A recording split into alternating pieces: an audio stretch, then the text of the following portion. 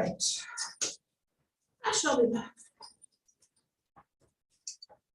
So that's how, yeah, I mean, we'll see your back, but Yeah, I mean, I don't care as long as nobody else, as Right. long as I'm not in any of the board's way or No, I anybody's think way. she'll be all right where she Okay. is. yep, let me get this link out.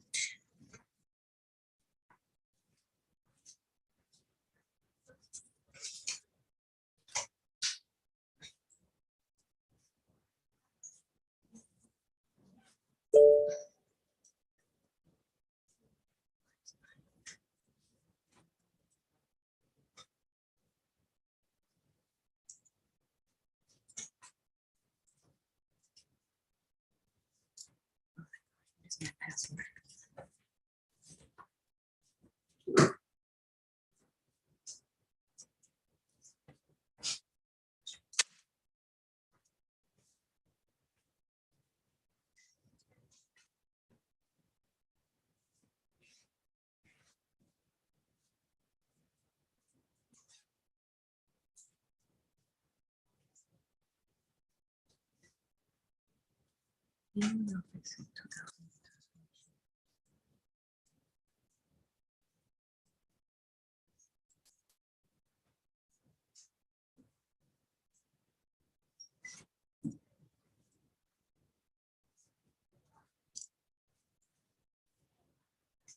Hi. Good, how are you? Hey, Lori, how are you? I figured I'm best here, the board's been set up here. So Yeah, that should be. I want to be able to see it here. Yeah. Oh, very good. We're good. I've never been to Sylvia, I was driving around, and I was like, see it, I'm like, Well, they've only, Christina, only a year, right? Yeah. Oh, nice. Yeah, that's- Last Oh, year. Yeah. Yep, yep. Yes, I know. It's- oh, maybe. It looks like it's all closed.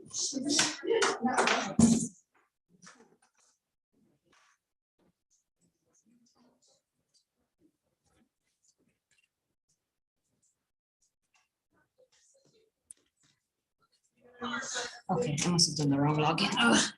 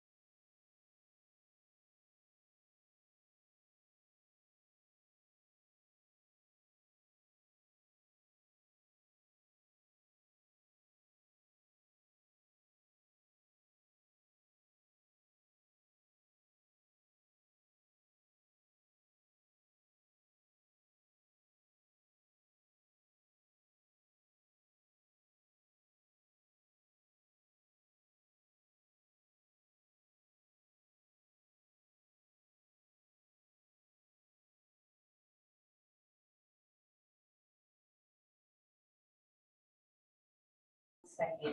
Count to 10. Want me to count? 1, 2, I can't sing, I'm from Dutch. 2, 3, 4, 5, 6, 7, Okay. Liam, anything?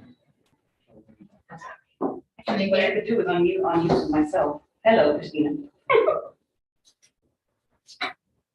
On cause date. I'm Tyrone. Oh, that's probably him. Hello. It was amazing. Yeah, like 2 weeks, right? Are you? Okay, I'm coming. Are you upstairs or downstairs?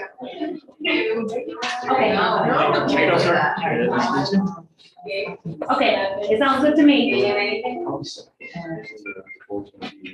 Board's right here. We'll be here with our witness here, and we'll be there, and wherever we watch our.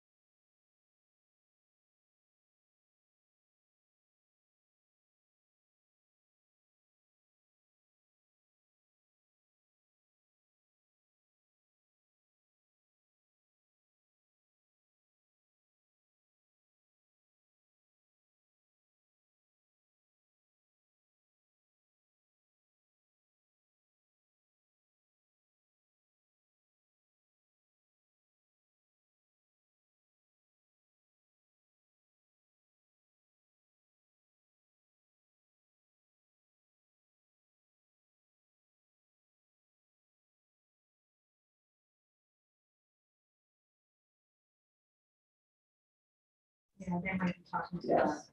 You all set? Yes. All right, good afternoon, everyone. Thank you for being here. It's 4:08. I'm going to call this meeting to order. We're here for public hearing, so I'm going to go ahead and pass it off to Attorney Israel. Thank you. Good evening, everyone. My name is Lori Nazarick. As I mentioned, when we first opened the hearing back in May, my role with the subcommittee today is to sit as their legal advisor and to help them through if there's questions regarding evidence, things of that nature. That's what my role will be. So perhaps before we get into it, we could just go around and introduce ourselves just so the record is clear. And to start with the subcommittee, as been here, there is a slight change from when we opened the hearing. You'll recall we had Mr. Revere, Mr. Walker, and Mr. Ronald with us when we opened the hearing. We have with us today Mr. Walker and Ms. Bendel, and the reason is based on our schedules and wanting to get this done. When we knew the dates that would work for both sides, we really tried to get 3 members that were available and ready to do this today. Appreciate that. So that is why we appreciate people stepping up to do that. So with that, I'll just turn it over and let's introduce our subcommittee members and then we can go around. Thank you. Good afternoon, my name is Tyrone Walker. I'm a board member of the Hartford Board of Education and chair of the Finance Committee. My name is Jahira Escobedo. I am the chair of the Family Community Engagement and secretary for the Board of Ed. Hello, good afternoon, everyone. My name is Mateo. I'm a board and member, director, and on the teaching and learning. Nice to see you. I'm Cheryl Gale, president of the Hartford Federation of Teachers, representing Mr. Macias. I'm Macias. Michelle Kellogg, assistant director of mathematics for Melinda Coughlin from the law firm of Pullman and Tumley, representing the administration in this matter. Good afternoon, Natasha Banks, the Senior Executive Director of Human Resources for the Office of Talent Management. Good evening, Tiffany Wembley, principal of Weaver High School. Good evening, Edward Wilson, staff attorney for Hartford Public Schools. Thank you, everyone. So just a few housekeeping things before we turn it over to the administration and then the union. As we also discussed at the last meeting, these subcommittee hearings can be held in executive session unless there is a request that they be held in open session. We did get that request that Mr. Macias wished to have this in open session, so that is what we are doing here. Today, how we will proceed is that the administration will first put on their case with respect to the reasons for the non-renewal. There will be documents I expect entered into evidence, witnesses that are called. Ms. Gale, as union representation, of course, will have an opportunity to cross-examine any witnesses. When the administration finishes their case, it will be the union and Mr. Macias' case. Same thing, you can now offer exhibits. Witnesses will be testifying. And then when we finish, what has been customary in the past, and we can talk about that after, is parties have submitted summation briefs to talk about their points and make their issues and bring the points home. So that has been customary in the past. When we finish, we can have a discussion about that. Just so you know, I thought it would be helpful if we were just consistent with what we call our exhibits for purposes of the court reporter and her identification of them. What we have done typically is for joint exhibits, obviously, if we can agree to those, we would call them J and then the number that we assign to them. For the superintendent administration exhibits, I think superintendent exhibits and S1, 2, however many exhibits we have. And then for teacher exhibits, likewise T1, T2, and that will just be consistent. I will keep track of those exhibits. If we find it helpful, I have copies of just a chart where we put these exhibits. So certainly feel like that. That's how I keep track. And I think, obviously, if anyone needs to take a break at any time, just signal. We have a court recorder here so that we have a transcript of everything that's happening. So with that in mind, just make sure you keep your voices up. I'll have to remind myself to do that as well. And certainly, if Lisa cannot understand what we're saying, she'll let us know. So I'm going to pause there and see if Attorney Kaufman and Ms. Gale, if you have any questions or there's something else we need to hit upon before we begin. Nothing on this side? You all set? Question. Yes, I'm sorry. I know there's individual breaks if we want to go. Should we take a group break at any point, depending on how it goes? What is So your recommendation?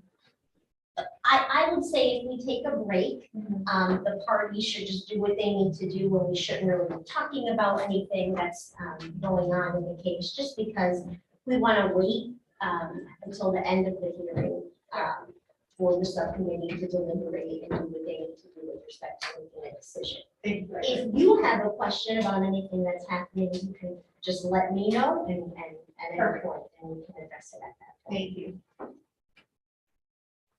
Are we good? All right, so administration will be putting on their case at this point. And then can I do an opening statement? Thank you. Thank you, Attorney Kaufman. I forgot one thing. So certainly both sides will have the opportunity to do an opening statement. And Ms. Gale, if you prefer to wait until your case, you certainly can wait, or you could do it right after Ms. Kaufman. Your preference. Okay. We'll do it now.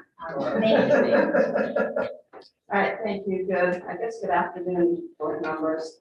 We are here today to discuss the superintendent's non-renewal of math teacher, Mr. Macias. Mr. Macias was a non-tenured teacher with the Hartford Board of Education, which means that he was essentially a probationary employee, and his contract was not renewed for this upcoming school year, for the 22-23 school year.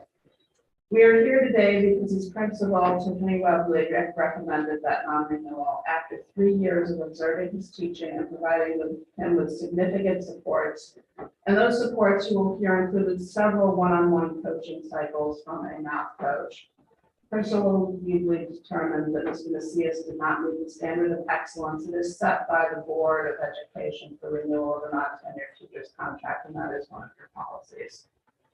This is not to say that Mr. Macias did not have some talent in some areas. However, there were overarching concerns regarding several skills that simply have not developed to the point that they should have at this point, especially as you will hear that because he had approximately 7 years of teaching experience in another state before coming to Hartford. He has shown particular difficulties in areas such as maintaining appropriate standards of behavior in the classroom, as well as implementing for learning and for constructing for meaning. Over his 3 years with the district, he has also demonstrated increasing difficulty in following the established curriculum, the curriculum that all math teachers need to follow, as well as following district rules and norms. While you will hear that on some of his observations, Mr. Macias was rated overall as effective on that particular lesson that was observed, you'll also hear that he consistently struggled in several areas that some of the witnesses will talk about. As you will hear, Mr. Macias's unprofessional behavior that he demonstrated at times and in-class difficulties has continued unabated since he was notified that he would be non-renewed. And we feel that that would demonstrate that if the board were to overturn the superintendent's non-renewal decision, there's no expectation that his conduct of his teaching would improve in the next year. Under the standards of the Connecticut General Statute 10-151 regarding non-renewal of non-tenured teachers, this is a discretionary act of the superintendent, and it's regarding a probationary non-tenured employee, similar to any other probationary employee in any other setting. A non-tenured teacher may be renewed basically for any reason, as long as under the statute they have to be notified by May 1st. The only thing that they can't do is that the reason can't be arbitrary and capricious. And that is what your standard is today. If you were to overturn the superintendent's non-renewal decision, you would be making a finding. You would have to make a finding that the superintendent's decision was arbitrary and capricious. Although we have agreed to go first in putting on evidence today, the burden in this case remains on the teacher to show that that decision was arbitrary and capricious. It is not the administration's burden to convince you that the non-renewal was appropriate. And this is a very high burden that the statute places on the teacher. Arbitrary and capricious by law means that there's a clear error of judgment and that there is no rational connection between the facts that are found in the superintendent's decision to non-renew. So essentially, if there is any rational basis presented for the decision, the board should not find that it was arbitrary and capricious and should uphold its non-renewal. You'll hear testimony today about Mr. Macias' failure to follow some of the district math curriculum, his continued use of things like online computer instruction with the in-person students once they return to in-person learning, lack of direct instruction in his classroom, and the failure to maintain standards of behavior that have been consistent themes throughout his time in the district. This decision to non-renew Mr. Macias' contract was not an easy one to make for the administration. As you will hear, he is a bilingual math teacher, and these are skills that in the abstract, as you know, your district highly prizes. You'll hear, however, that the administration at the end of the 2020 school year really had some grave concerns about his teaching, but frankly, because of some of the things I just discussed, they had discussed possible non-renewal of his contract, but instead decided to put in a plan of support for him and continue his employment through the 21-22 school year in an attempt to help him reach that level of excellence. And while there has been some minor improvement on several observations, he was rated as effective on some skills while not on others. You'll hear that it was simply not sufficient to warrant renewal of his contract for another year. Ultimately, it is the district's responsibility to ensure that its students are receiving Hartford's established curriculum. Unfortunately, Mr. Macias failed to refuse to do this. Coupled with, as you will hear about, some repeated use of sick leave, while he stated specifically in writing that he wasn't sick, that he was using it for other reasons, and failure to follow some other school rules. Ultimately, the decision from administration was to non-renew. So the plan from our side today is that you will first hear testimony from the Assistant Director of Math, Michelle Kellogg, and she will discuss the evaluation process and the coaching that was provided to Mr. Macias.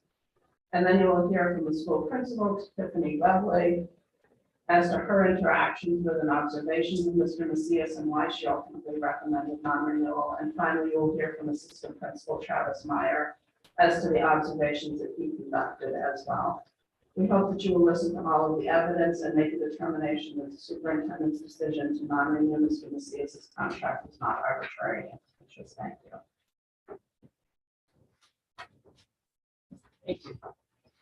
The district did not renew Mr. Abraham Macias' teaching contract, claiming inconsistent classroom management and structures, loss of instructional time, and reduced student engagement. In addition, they cited some low evaluation scores. The HFT will offer evidence to show that contrary to these allegations, Mr. Macias did engage consistent classroom management, develop positive rapport with his students, and that his students showed increased outcomes as a result of his teaching.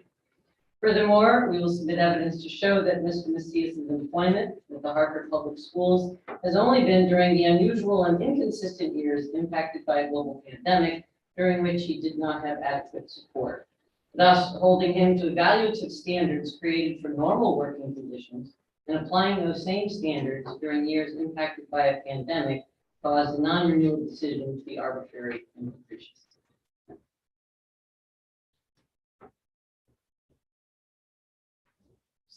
You want to interrupt you? That is it. Okay, thank you. All right, I would call Michelle Kellogg and she can be sworn in. Do you raise your right hand? Do you swear to tell the truth, the whole truth, and nothing but the truth, so help you God? Yes. Thank you. You please state your name for the record. Michelle Kellogg. All set? All right, so before I get started with this witness, I do have a couple of exhibits that I think we probably can agree to, which are the notice of non-renewal, the reasons letter, and the tenure status policy from the district. I believe so. Yeah, let me share them with you before I share them before.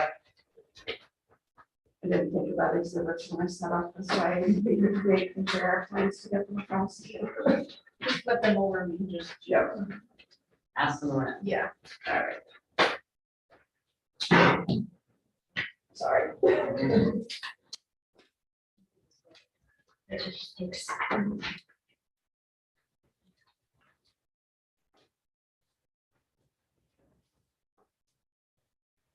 the non-renewal letter, yes. Press the hearing. Yes, yes, fine. So these can be joint exhibits, if I'm understanding correctly? Yeah. Okay, so can we just make sure we know which number is which? Yeah, and we just get them together.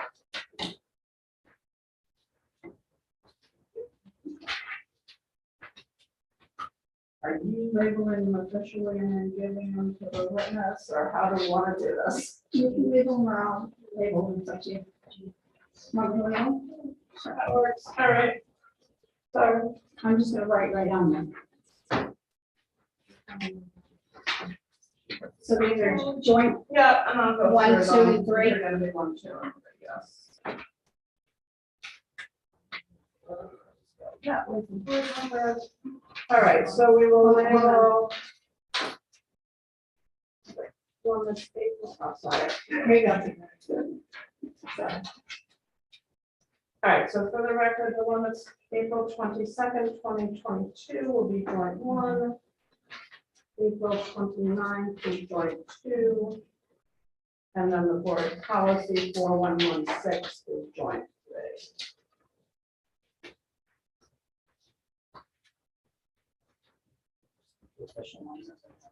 That's right. All right.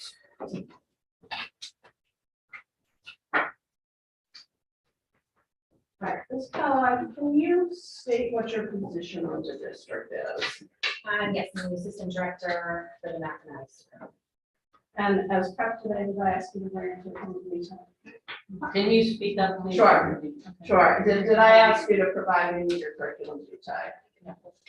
Your resume. Oh, my resume, sorry, yes.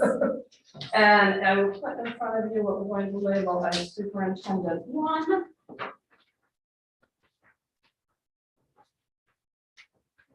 Thank you. And I will send a copy down to the board. And is this your resume? Yes. All right, could you just briefly talk through for me your education background first? What degrees you have? Yes, so I have a bachelor's degree in mathematics, a master's in secondary education, an administrative certification, the 092 license for the state of Connecticut, as well as my superintendent certification at 093 for the state.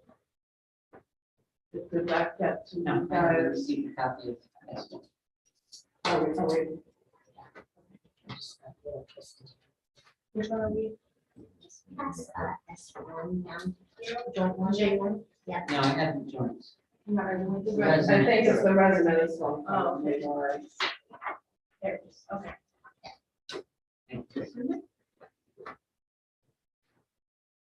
All right. Did you finish your? I did. I'm sorry. All right, could you tell me just in terms of jobs and education, what different positions? Sure. I spent 9 years as a teacher of middle school and high school mathematics before coming to Hartford, where I spent 2 years as a building math coach, and then as a district curriculum specialist for 1 year. This is my 5th year as the assistant director of mathematics, my 17th year in education, my 5th year in Hartford.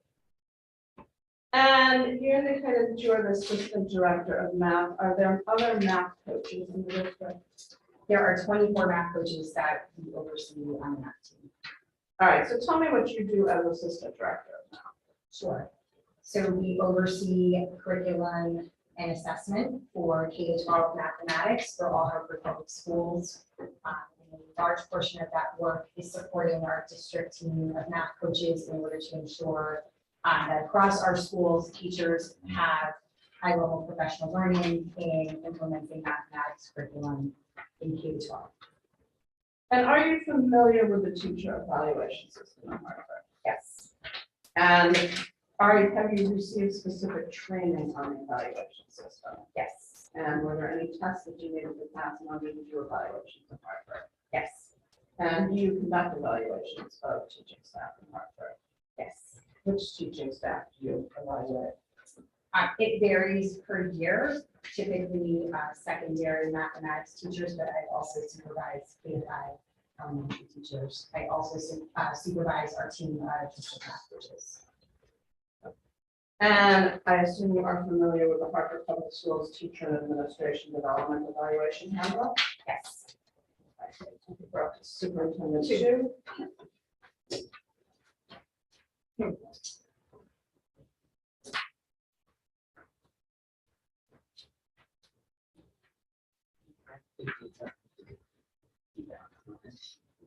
And then I will say, I'm only providing you with the teacher portion of it, because if I added the administrator, then I feel would have been twice as big. This is S2. Yes.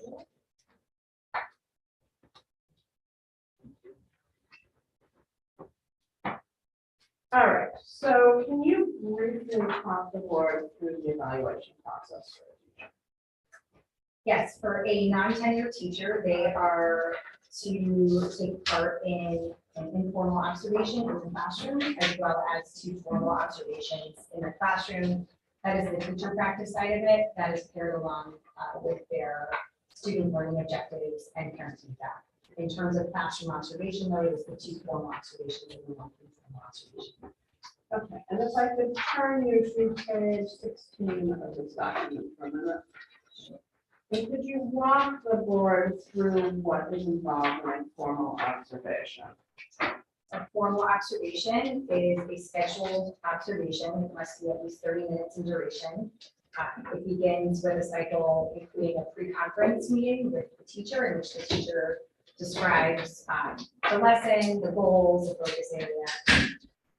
The formal observation is conducted, so that is what the evaluator is observing in the classroom, and again, it's 30 minutes. And then it's followed by a post-conference observation in which the evidence that is collected during the in-class observation is shared, and conversation around scoring is normed on during the meeting. And looking at page 17, can you explain how an informal observation differs from formal? Sure. The key difference is that it could be unannounced. So an evaluator can enter the classroom and conduct an informal observation, which needs to be a minimum of 20 minutes in length, but will still be followed up with a post-conference observation to debrief on the evidence collected. Right, and if I could turn you to page 14 of that document. You indicated, I believe, that a non-tenured teacher is on track 3, is that correct? That is correct. All right, so, and that would be where Mr. Macias would land on the observations? Correct.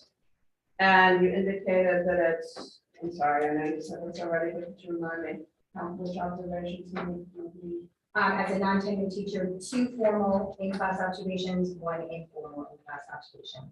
And in a year when a non-renewal is being recommended, does the teacher have to have all 3 of those observations? No, just 2. All right, so if a teacher gets those observations, how does that get rated? Is there a scale on how they're rated? Yes, so it is essentially a 4-point scale, highly effective, needs improvement, or ineffective. And are there certain skills that they are evaluated on in an observation? I'm sorry, Miss Ian. Sure, that's okay. It's a badly worded question. Are there certain things that they are evaluated on during the observation? Can you clarify the Sure. question? Are there certain subcategories of skills that you're looking for in an observation? Yes, so we use the CCT rubric for effective teaching, which consists of a domain 1, which addresses classroom environment, student learning expectations and routines. Domain 2 is planning, which is not observed in an in-class observation. So domain 3 is implementing for learning, which is observed. And if a teacher gets rated as needs improvement or developing, would they get additional assistance during the next year of their return? It would be recommended, yes. And would they generally get some type of coaching? That would be part of it, yes. And can you explain what coaching is and what it generally looks like? So in the math department, our philosophy that all teachers deserve coaching, because it is our goal to provide high quality, ongoing, on-the-spot professional learning for all teachers regardless of level. And so the goal for coaching is to directly improve student outcomes by working with the teacher in order to improve teaching practices. Coaching can look like professional learning at the district level. It can be school-based in a professional learning community, so more on a team level. Coaching can also be one-to-one, where a teacher engages in a more targeted coaching cycle with the math coach. And is coaching considered evaluative or is it support? It is support. And during the 2021 school year, did you have the opportunity to work directly with Mr. Macias? I did. And how did you get involved with working with Mr. Macias? I received or was shared with communication regarding a visit from our math coach, in which she had visited Mr. Macias' classroom. And during her visit, she had observed students watching movies during instruction.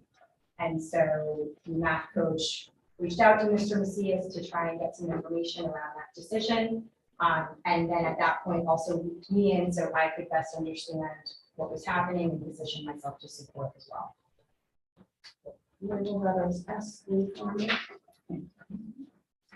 That might.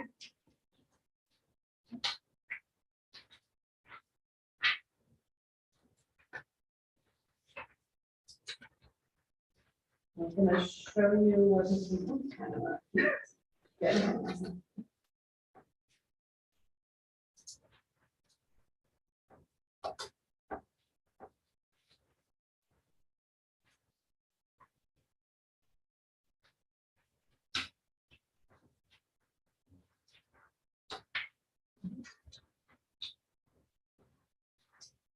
All right, if I could show you what's been labeled as superintendent 3, do you recognize this document? Yes. And is this the email that you were referencing? Yes. And if I could turn you to page 2 of the document, what movies was Mr. Macias playing that the math coach saw? At the blind side and freedom movers. And the second page email is from Rosalind Champagne, is she the math coach? Yes. And as the assistant director of math, would the blind side or freedom riders have any relevance to the math curriculum in Hartford? No. All right, so based on this communication and you being looped in, what happened next? So I noted the communication that Mr. Macias provided back about having challenges this year or that school year, and I personally reached out to Mr. Macias to set up a meeting to discuss further. And tell me about that meeting. We discussed, really focused on implementation of the curriculum and what he was experiencing as a challenge. I was looking for ways that I could explore more and support more based on feedback he provided around implementation of the curriculum.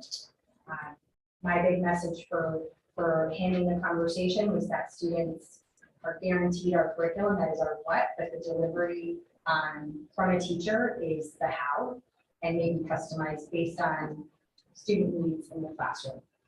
And we then, at that point, scheduled an opportunity for me to come observe and participate in his classroom so that I could further understand what supports me needed from there. And did you conduct that observation classroom? Yes, I did. Label that as S4 for me. Send that way. Okay, you give me the move for admission of exhibits, so we didn't really talk process. Yeah, you can, I mean, there's really no evidence rules in these types of processes, That's why I was asking so what your practice says. you can move formally, but you know that.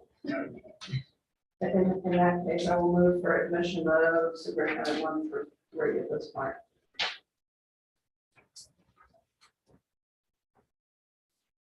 All right, so Ms. Kellogg, I've placed in front of you a document that we've labeled as superintendent 4.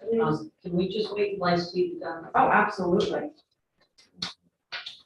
Takes a little while. Thank you.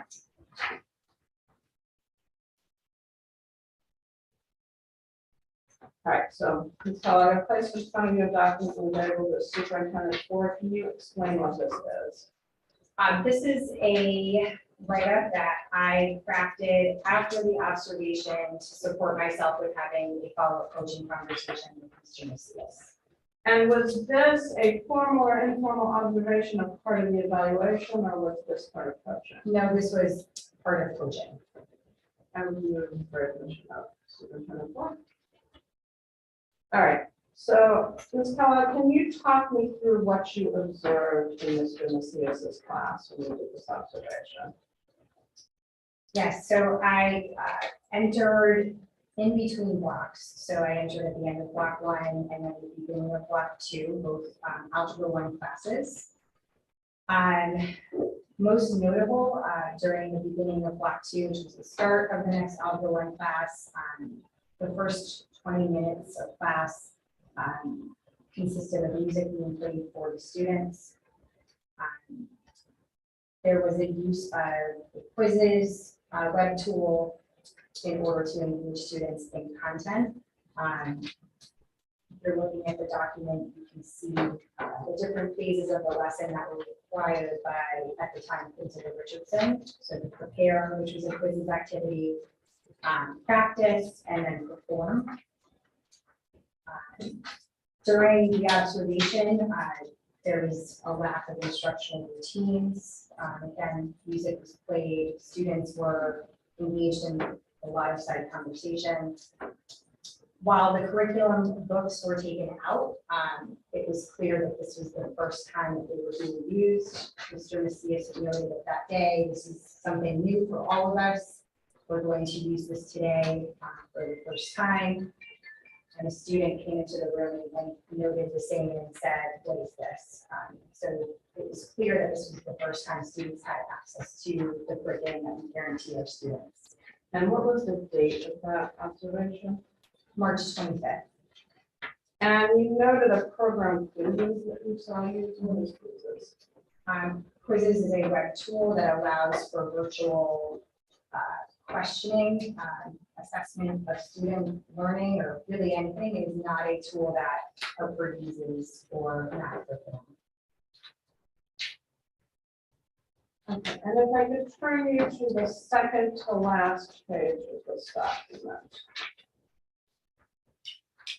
Under additional and notable lesson notes, the very first bullet, you said a curriculum is not being implemented as it is intended to be implemented at all. What were you basing that on? So there was no observable lesson from the actual curriculum happening. There was a small piece of the workbook incorporated, but the actual lesson structure was not executed that we guaranteed to our students. And then at the very end of that bullet, in bold, it says every single assignment posted in the Google Classroom is a quiz assignment, with the exception of the practice component I observed today. Can you explain what you mean by that? So this is while students were returning, we still required every teacher to have a Google Classroom. And so as a district, we have access to support and monitor the Google Classroom. Any assignment that was posted there was a quizzes assignment and not a district curriculum component. And you talked about students returning. Can you explain what you mean by that? So in March at this time, students were coming back in person. I believe in this particular class, there were still some participating remotely, but most of the class, I believe, was in person. And did you speak with Mr. Macias specifically about the use of quizzes? Yes, when we did debrief, one of the requests was to discontinue the use of quizzes and the goal being to fully utilize the curriculum as it was intended to be implemented. All right, now I'm going to turn you back to the very first page, which is your email at the front, and you talked about the next step is a coaching cycle with Roz. First of all, who is Roz? So Rosalind Champagne is the math coach that is going to my school. And can you explain what a coaching cycle is? So it is a more targeted learning cycle for a teacher to engage in learning with the goal to be ultimately to improve student outcomes, but that is through improving teacher practice. And so it is typically a 6 to 8 week learning cycle where the coach and teacher collaboratively identify a goal and engage in various learning practices in order to support the teacher in working towards that goal and improve their practice. And you live with this is fine.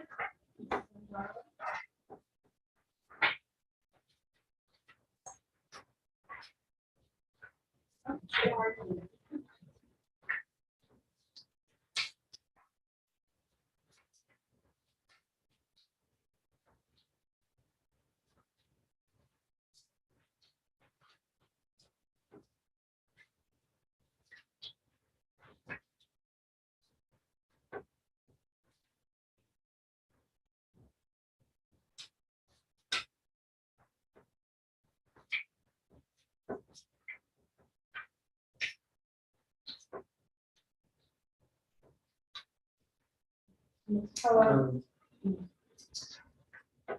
I believe that I'm intending to enter the same document, Okay.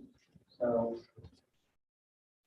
Let's make it a joint. Is it- Honestly, it might make sense just with the flow of the board, you can certainly use it. Okay, sounds fine.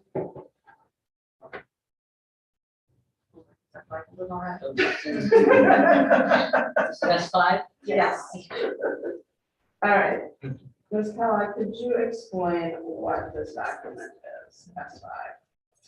Sure, this is an example of what we call a teacher learning plan. It is essentially what outlines the learning that takes place within the coaching cycle.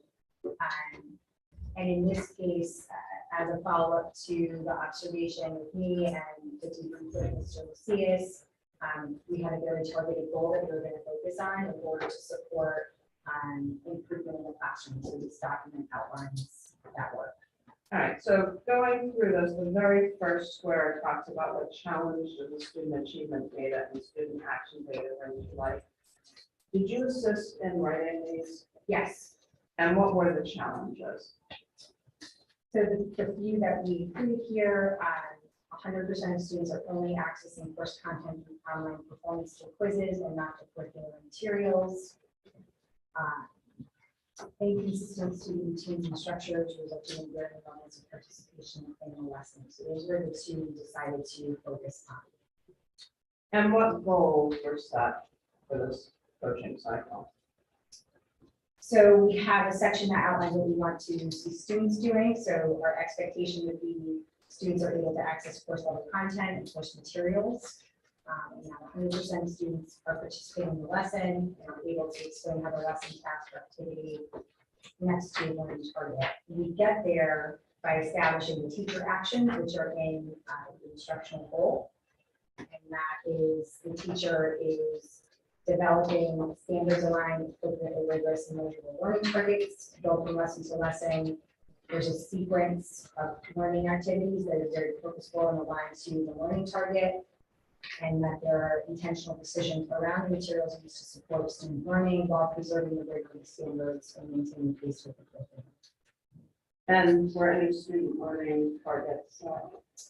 Yes, so we were looking to see 100% of students mastering the learning objective as measured by the exit ticket. And what was mastery considered? In this case, 70%.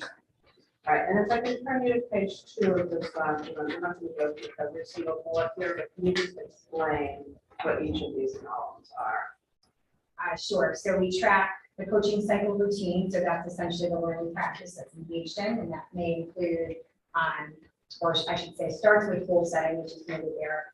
Coaching practices in a coaching cycle may be co-planning with the teacher, co-facilitating or modeling a lesson, observing and providing feedback. Those are just a few, and those seem to be the ones most widely used within a specific plan, which would be appropriate given the goal. All right, and then if I could turn you moving forward to the very last page of this document. There is a column that says teacher reflections. Who would fill that out? Mr. Macias.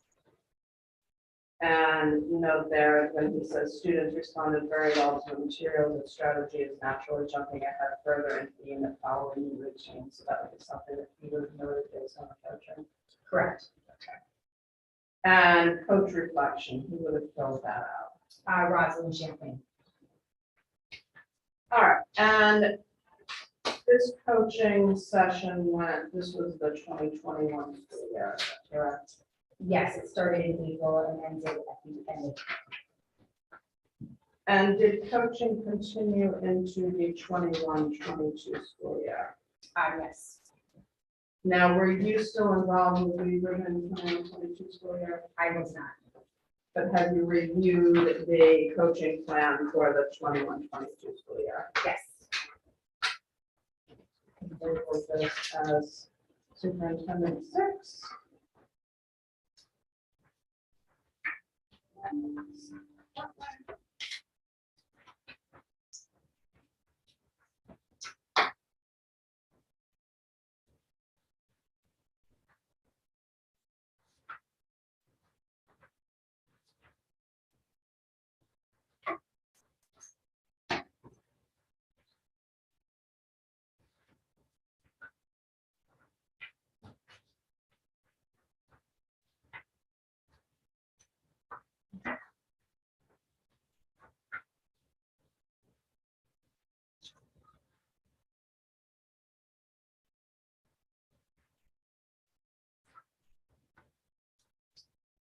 Ms. Pellick, I put in front of you a document that's entitled Coaching Cycle Learning Routines and is labeled 21-22 and handwriting at the top.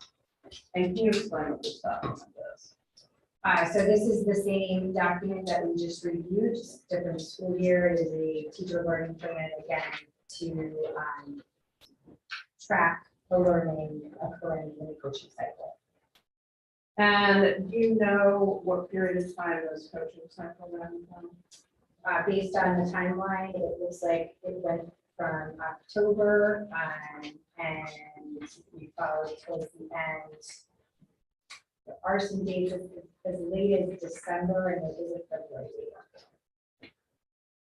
And what was the challenge that was identified for the 21-22 school year? The students were still spending time working in Google, completing tasks for the 10, first, I can assume that next week for the first 10, 20 minutes of class, students not immersed in the math during the 2 now. So focusing on the beginning or starting of class routines and engaging in math related to the start of the lesson. And were students back in person learning for the 21-22 school year? Yes, fully. Just a couple of things. First of all, again, the coaching cycle routine is that the same as what you were explaining to me before? Yes. So there seems to be observations, planning, feedback provided.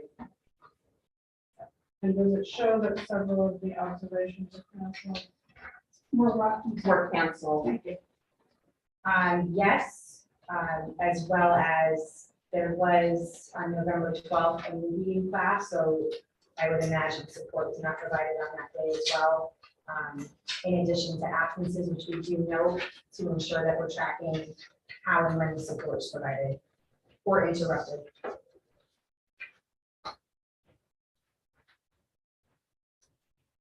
All right. Do math teachers also receive professional learning outside of this one-on-one coaching that we just described? Yes, as I referenced earlier, they receive district professional learning monthly, as well as school-based professional learning, which is usually at least twice a month. All right. And I assume you are familiar with the math curriculum for algebra. Yes, Can I show you a document which we're going to label as 210.7? yes.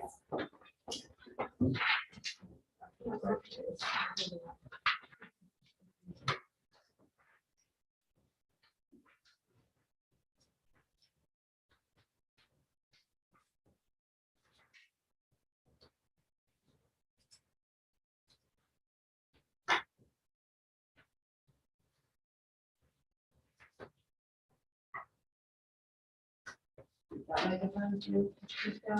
I know.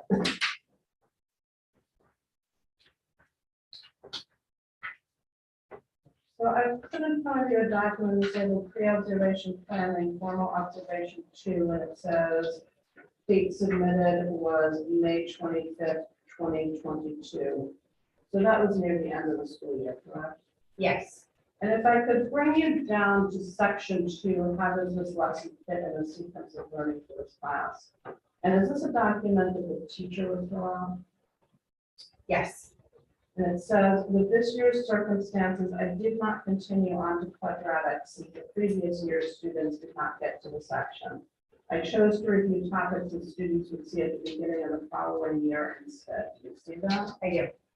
Now, this was, I believe, an Algebra 1 class. Is quadratics part of the Algebra 1 curriculum? Yes. For the 21-22 school year, were quadratics supposed to be taught to Algebra 1 students? Yes. And would it disadvantage these students if they went on to the next math class or science class if they hadn't seen quadratics? Yes.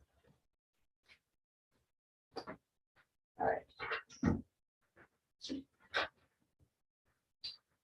Ms. Kellogg, since I do have you here, I'm going to ask, based on what you know from the CS, do you support non-renewal? Yes. Can you explain why? Given the supports that have been provided, and going based on what I observed and what seems to still be occurring, I'm concerned at the ability for Mr. Macias to not only manage a classroom, but also provide students with the curriculum that we guarantee to students. Yes, further. I don't know if I did for admission, but that's good. So that's fine. Thank you. There. Ms. Gill?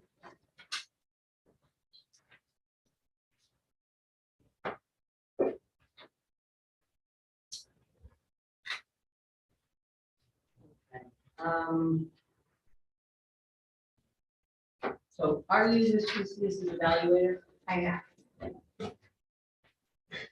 When you observed him on March 25th, was that an evaluative meeting for observation? Yeah. Okay. I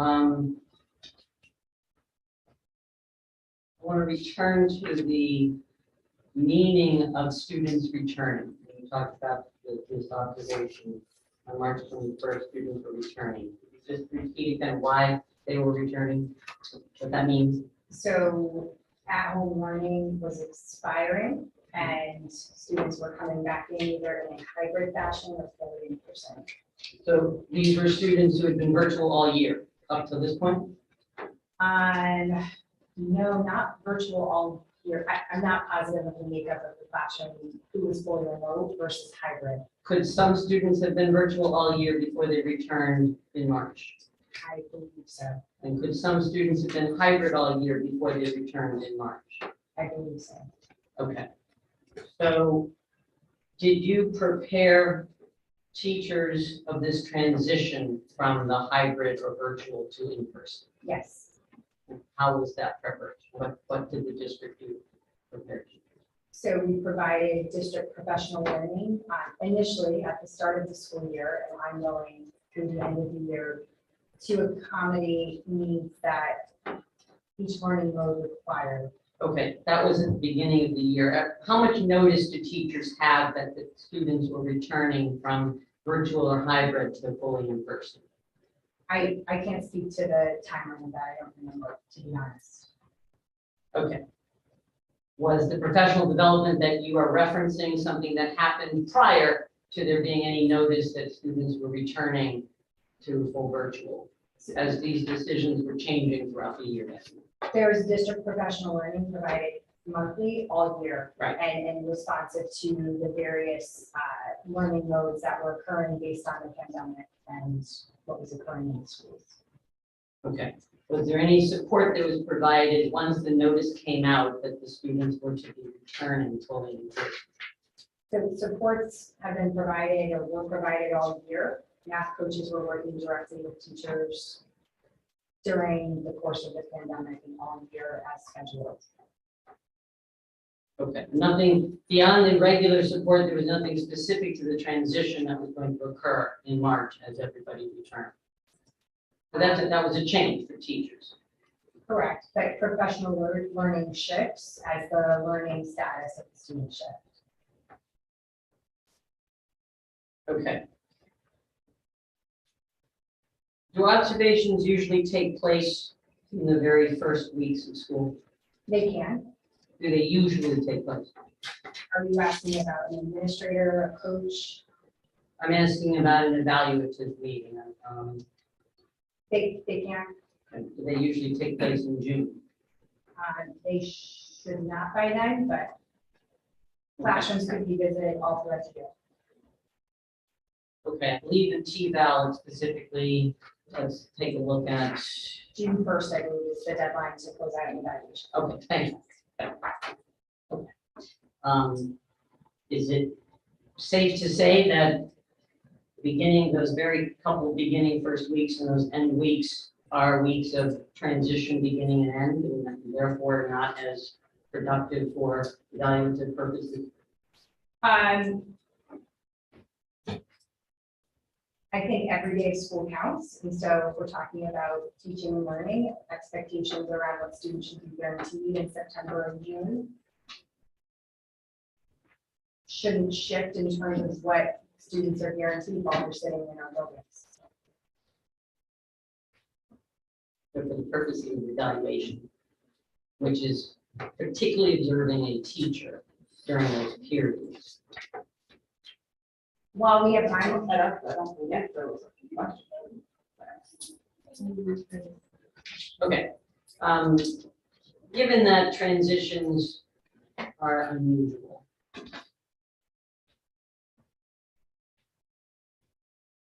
and March 25th was the day that was the first week, I believe, that students were returning. And knowing that was a transition, you still chose to observe during that transition period. the time frame is because that is when the challenge that Mr. Macias communicated came up. So that happened naturally, it was not because of when that was occurring.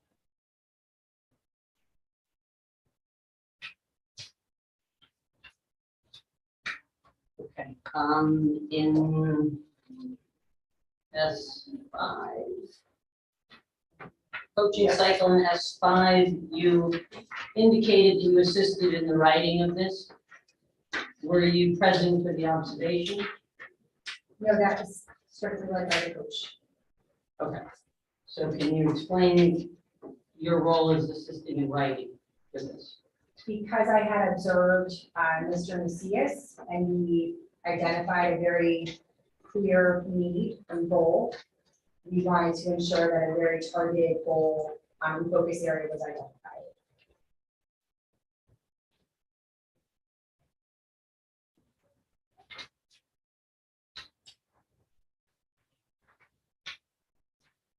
Okay, in cycle S6.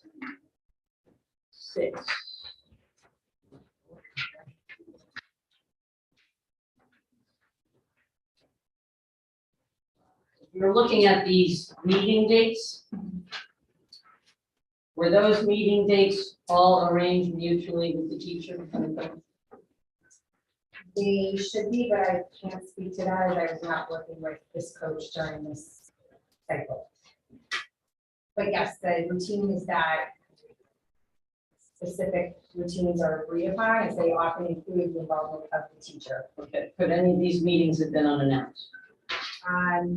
In a coaching cycle, they typically are not. Those dates are usually established with a very purposeful intent and need to be agreed upon because again, it is the participation of the teacher that also drives the cycle.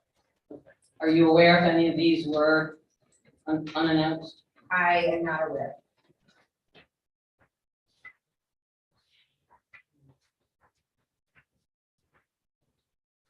In S7, we're looking at number 2, the sequence of learning. there was a notation that the decision about not continuing was made due to the circumstances of the pandemic. Were you taking that into consideration? So in 2021, which was the first year we returned after COVID hit, we made adjustments to scope and sequences that were recommended from nationally renowned curriculum resources and companies that helped us to adjust in order to support acceleration of learning and recovery of learning that students missed from March to June the prior year. We adjusted scope and sequences just for the 2021 school year, and then adjusted them again back to where we needed to be for 21-22, which did include quadratics as a part of the Algebra 1 curriculum.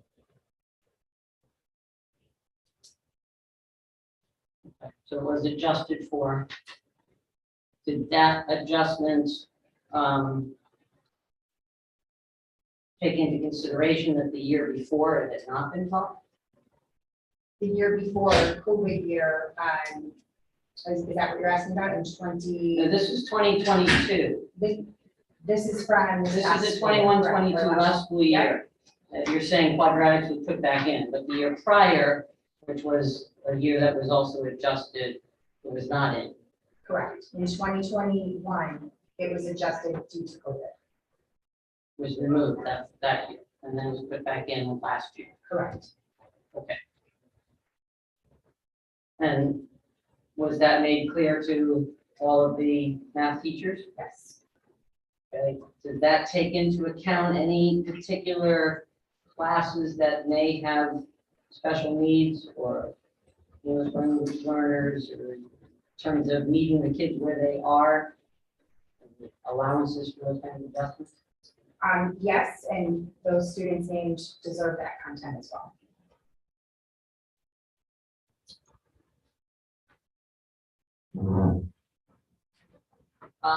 When you say deserve, yes, I understand the word deserve.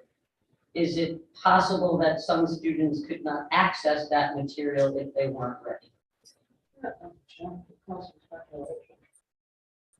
As proper speculation can answer it. I'll wait for follow-up. Rephrase the question, perhaps, Ms. Gill.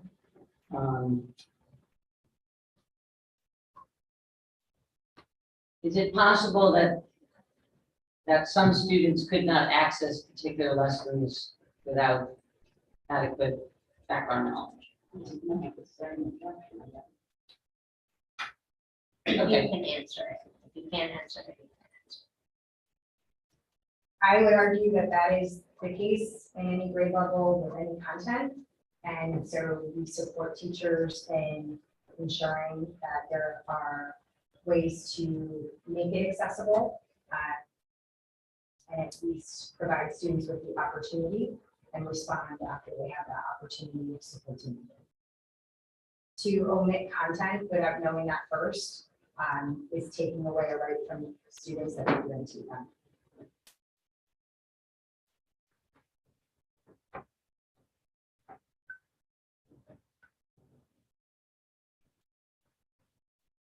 Okay, I'll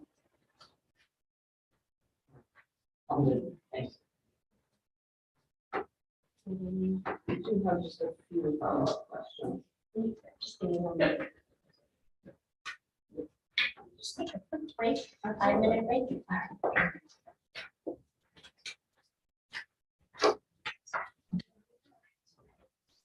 Christina, you know where the Russians? Oh, yeah.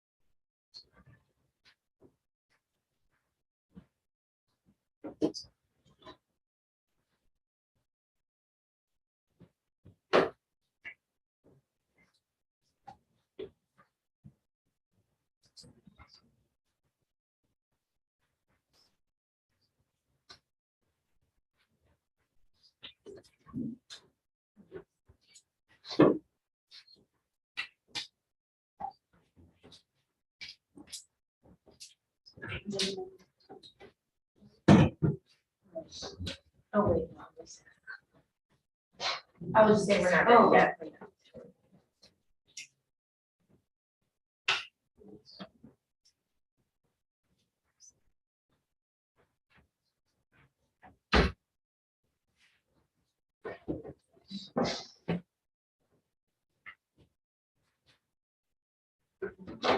Ready to resume the meeting? All right, Ms. Keller, just a couple of quick questions. Going back to that March 27th observation that you did in Ms. Macias' room, that was not part of the evaluation, was it? No. And you talked about Rouse Champlain being coach. Was she an administrator? No, Was she a teacher? she was a math teacher. So she was in the teacher's bargaining unit, or she is in the teacher's bargaining unit. She currently is as a math coach. And she is not an evaluator, is that correct? Correct. So her observations that she was doing on Ms. Macias' room would not be for the purpose of evaluation, it's for the purpose of coaching, assisting her. Correct. And just very quickly on the question of the quadratics in the 21-22 school year. Were all the other algebra teachers teaching quadratics that year, as far as you know? Yes. And that was a direction from the Harvard Board of Education that they should be teaching the unit on quadratics. Correct. I have nothing further to this witness. Yes. If, it was established that the observations were not part of the evaluation. Were the observations used to make to support the decision for non-renewal? Not to my knowledge. No. Did those observations play a part in your statement in supporting the non-renewal? If we're looking at things such as planning movies for students, using a tool that the math department doesn't endorse, observing playing music for students, and using instructional minutes, I don't think that has to be evaluated to make a judgment on skills necessary to meet our standard of excellence.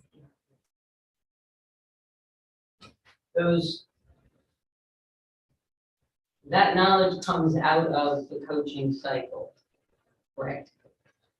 Some of those things are noted as observations in the coaching cycle. Yes. And the design of coaching, if I understand it correctly, is to be peer support and to not be evaluative, correct? I believe you did indicate that earlier. Could the use of the observations in an evaluative manner hurt the coaching relationship? Can you clarify your question? Will a teacher feel uncomfortable with the coach if the observation coach is making becomes a value to. Like, is that a? It is speculative. Okay. You could rephrase it. Um,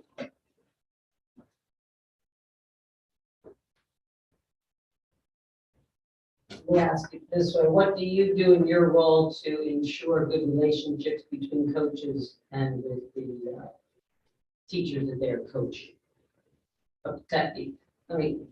What do you do to maintain the relationship between the coach and the teacher as a peer relationship? We support consistent interactions. The document that we observe with the coaching cycle is a transparent document where you can see things that are noted that are both positive and potentially harmful to students. And so keeping an open communication about what is observed and what is moving in the right direction versus what might be moving in the wrong direction is part of building that trusting relationship. However, when behavior is demonstrated that is harmful to students receiving their education, that does cross a line. Okay, when that line is crossed, does that allow for the coaching? That ever make the coaching more evaluative? The coaching is never evaluative.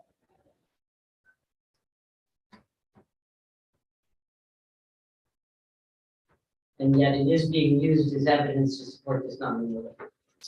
It's being used as evidence to show that Mr. Macias has provided a lot of support.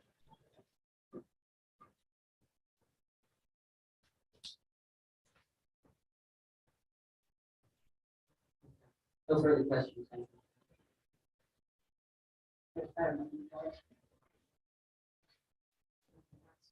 It's going to be through the switch chairs.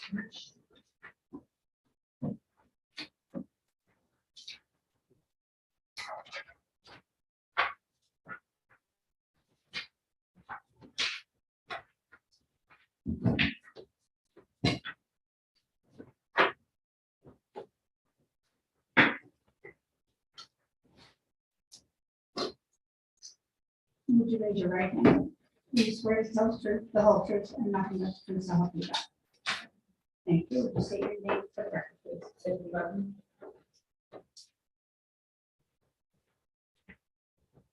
Good afternoon, Ms. Rutledge. Can you very briefly tell me first of all what your position is?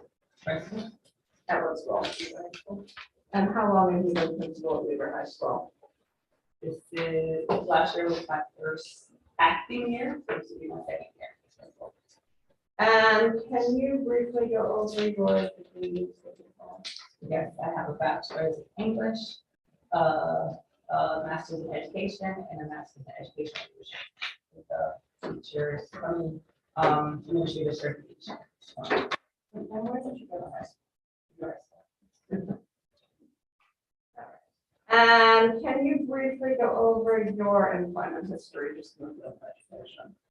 Yes, I was a teacher in Hartford for 5 years at HTC.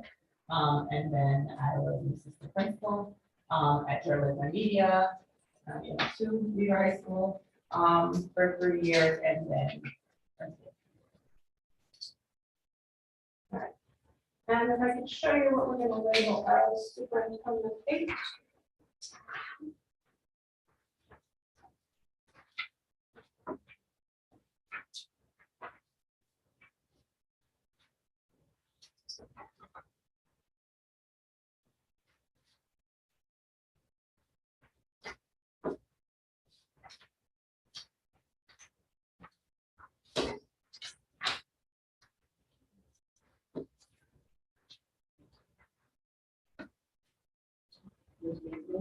Also, pronounce that wrong, so I'm gonna apologize in advance. Is this your resume? Yes. So we will enter this into evidence rather than going through all of our extensive experience. All right. So I assume that you know Mr. Macias? Yes. And when he started teaching in 2019, were you working at UMass? Yes. What was your position at that time? And very briefly, the 2019-2020 school year, do you recall if the Macias began at the very beginning of the year? Or was it probably? And that was the year that the pandemic hit, is that correct? Yes. And schools went to completely remote learning sometime around March, give or take. Yes. So with that, did teachers get final evaluations for the 2019-2020 school year? No. And was he renewed at the end of the 2019-2020 school year? Yes. In fact, did you recommend the non-renewal of any teachers that year in the middle of the pandemic? No. Now, moving on to the 2020-21 school year, can you talk us through, in your building, were students hybrid, in person, how did that work? There was a mix. Students were allowed, at first they were hybrid, coming into school on certain days. Then later on in the school year, students they had the option to fully return, while some students remained online. And were you Mr. Macias's assigned evaluator for the 2021 school year? Yes. And did you conduct observations of his classroom? Yes. Right, if I could show you what we're gonna label as superintendent 9.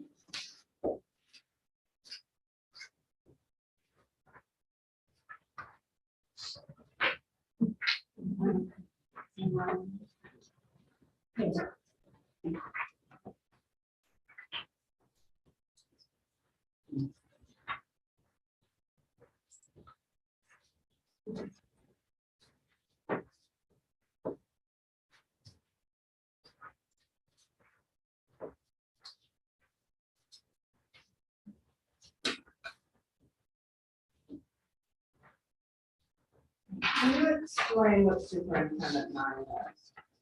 It's been a formal observation that I wrote for Ms. Macias. All right, and if you turn to the very last page for a minute, does that tell you when they tell us when the observation occurred? Yeah. And when did that occur? January 12th, 2021. And what class were you observing? Algebra 1. And can you describe what you recall of what you saw? First of all, before I have to do that, can you tell me how you conduct informal observation? So informal observation is an unannounced observation. Where you're talking to a classroom, spending at least 20 minutes in the classroom, and then writing up an evaluation. And can you tell me what you recall of what you saw during this informal observation? Yes. So this observation was one that was online, and it was towards the end of the classroom. Students are going through a review period. Mr. Macias does call it, like, he refers to codes, green codes, red codes. So students were reviewing linear equations during this time. And at that point, it was a lot of, they were supposed to be working on an independent activity, reviewing what was taught. And during that time, they were going back and forth and just talking about answers that they found. Okay, and what did you see as far as what was going on today concerning you? Yes, so there were a lot of behaviors in the class. So while it was supposed to be an independent opportunity for students to work on the lesson for the day, they were having all side conversations in the chat, going back and forth. Inappropriate language was being used in the chat that wasn't really addressed. And then, most importantly for me, it was just a lot of, like, students' answers being given and not really a true assessment of what was happening or what the students should have learned that period. Right, so if I can turn you back to page 1 of this document. I will note under the rubric, and it says appropriate standards of behavior, section 1B, and engagement may score 2, which I believe is developing. Is that correct? Yes. Can you explain why you gave them that score?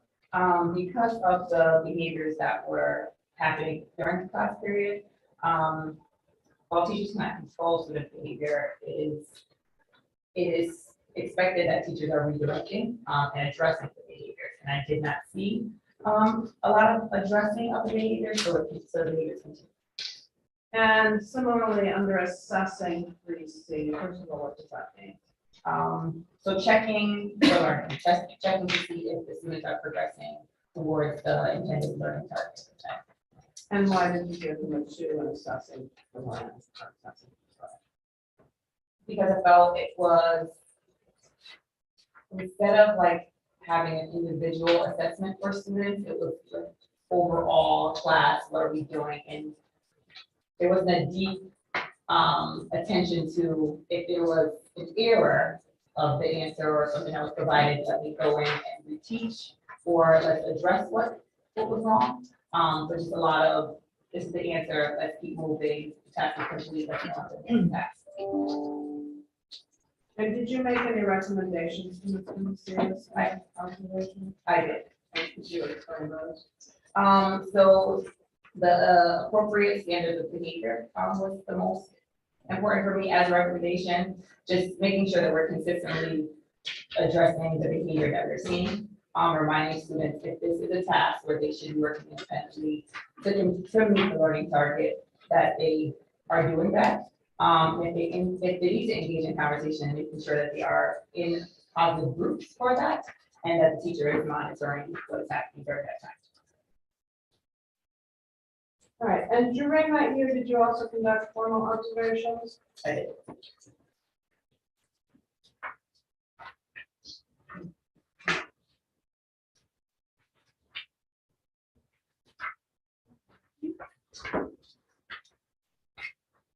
See this.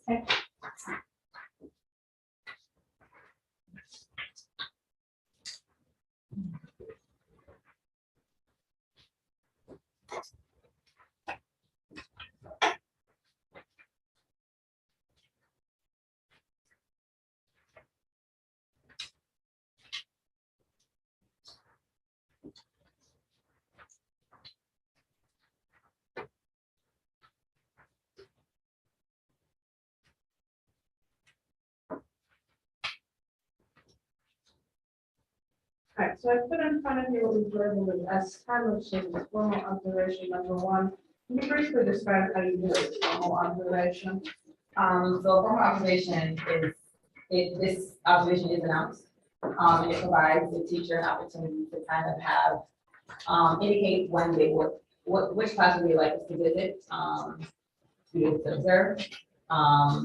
So it's more of a collaboration of when we come in to visit. There is a pre-conference where we talk about what will I see as an administrator when I come into the classroom. If there's anything that you want me to focus on, whether it be domain 1, the environment, or domain 3, the instruction. And then the evaluation happens, and then it is a post-conference that happens as well. And if you could turn to the last page, when was this observation? This observation was held on February 12th, 2021. And what class did you observe? This is 9th grade PTA transition to algebra. And can you explain what you observed in your class? So during this period, I did go in at the beginning, at the start of class. And class started at 9:50, and instruction didn't start till about 40 minutes later. At 10:32, that's when the teacher, Mr. Macias, was still reviewing the agenda, what we're going to, what students are going to learn that day. And it was a lot of just going back over the agenda, what we will do, we were planning to do, what we will do, and it took a long time for class to get started. What else do you recall? Class to get started? The students went back to the codes that Mr. Macias uses, quite often is the red post, the green post, that sometimes is a little bit unclear, when trying to see what the lesson target is. All right, so if I could turn you back to page one, I'm just gonna point out a couple of these subsections for maximizing instructional time. Like C, you actually scored it as a 1. Is that the lowest score that you've given? Yes. And why did you give them a 1? Because of the lost instructional time, from the start of class until, about 40 minutes of that, I noticed. The expectation is that when teachers get in, when students get into the classroom, that instruction starts right away. We have about five minutes as a do now, like a warm up, 5 to 10 minutes, but no more than that. So we need to get straight to the lesson and provide instruction. All right, and then kind of combining, planning to engage 2B, selecting assessment strategies 2C, we have them choose or need to improve for both of those ways. Once again, just when it comes to assessing, making sure that we are monitoring what each student is doing throughout the lesson. And I did not see that it was that each student, that Mr. Macias was able to observe each student and understand if they were moving towards the right target. And finally, implementing the learning 3A as well, so if we need to simplify it. The instruction, it's just, once again, just making sure that there is a clearly stated objective, that it is well planned out and students are meeting the target. And if I could turn you back to the last page, did you provide them some resources or recommendations? I did. And what did you provide them? That the teacher establishes routines and transitions. So I provided an article that he could read, to help him in the classroom, as well as just developing a lesson plan that kind of to eliminate a waste of instructional time, making sure that we are using a lesson plan and a lesson plan document and identifying how much time should be spent in each section. And did you review this observation with Mr. Macias? Yes. And what do you recall them? I do not recall. It's okay. That's a lot. All right, and did you do a second formal observation during the 2021 school year? Yes.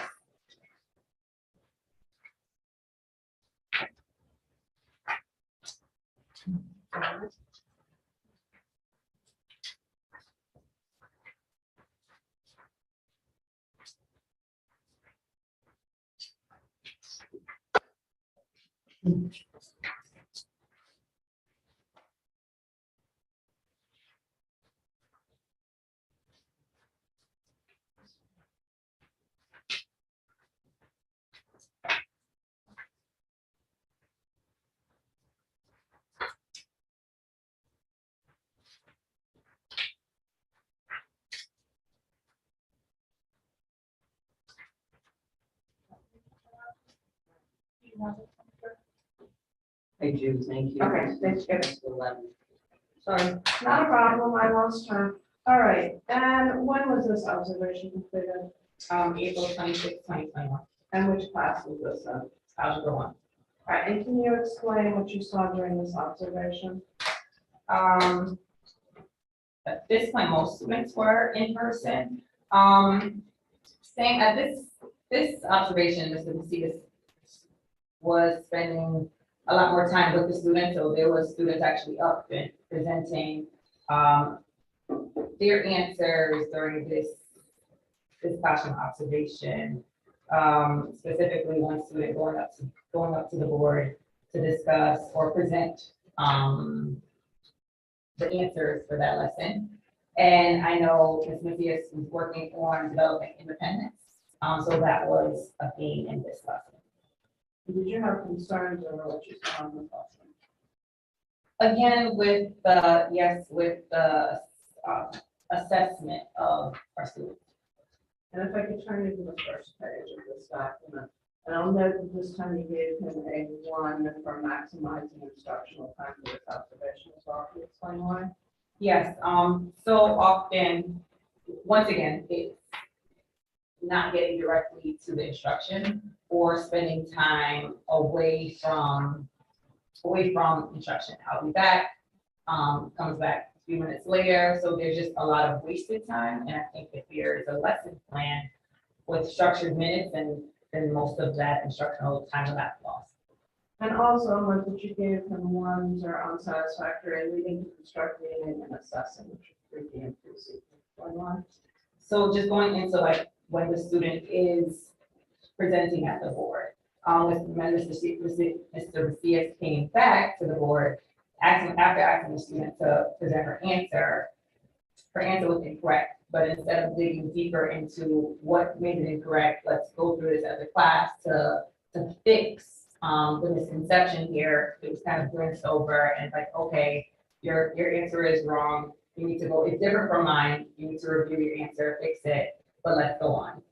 So just the expectation that you dig a little bit deeper so that everybody is understanding what's going on. And then assessing the whole class and not just that one student. All right, and we've already heard a little bit about that there is a parent engagement part to a teacher's evaluation. So let me show you what we're gonna label as 12, superintendent 12.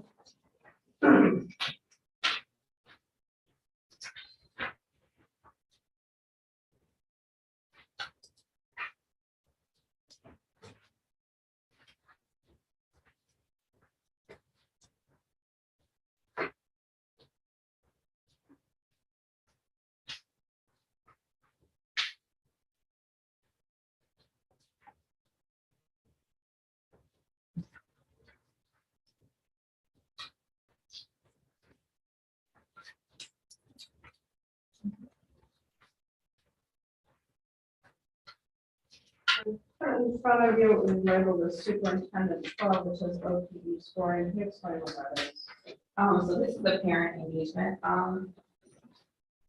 goal that we set.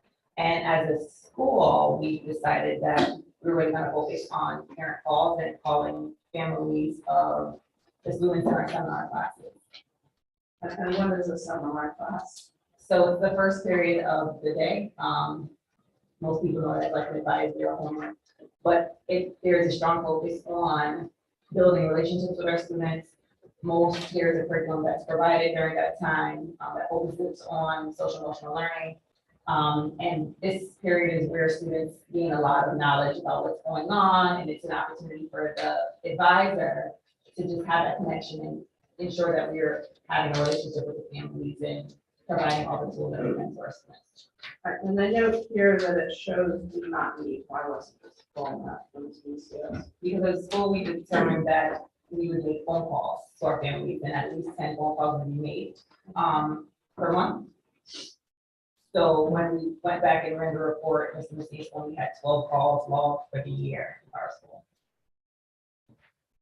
And you also, I'm sorry, Ms. Kellogg also talked about SLO or student learning objective planning. Does that go to a teacher's final evaluation as well? Yes. And we were up to 13.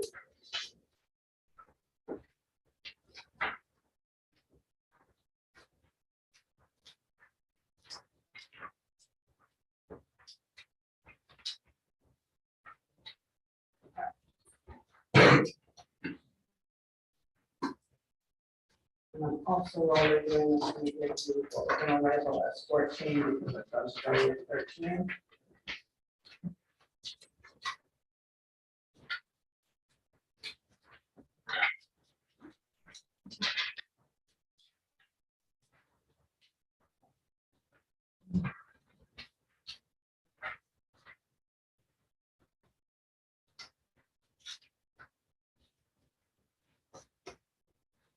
All right, so very briefly, can you explain the SLO process, how these student learning objectives come to play?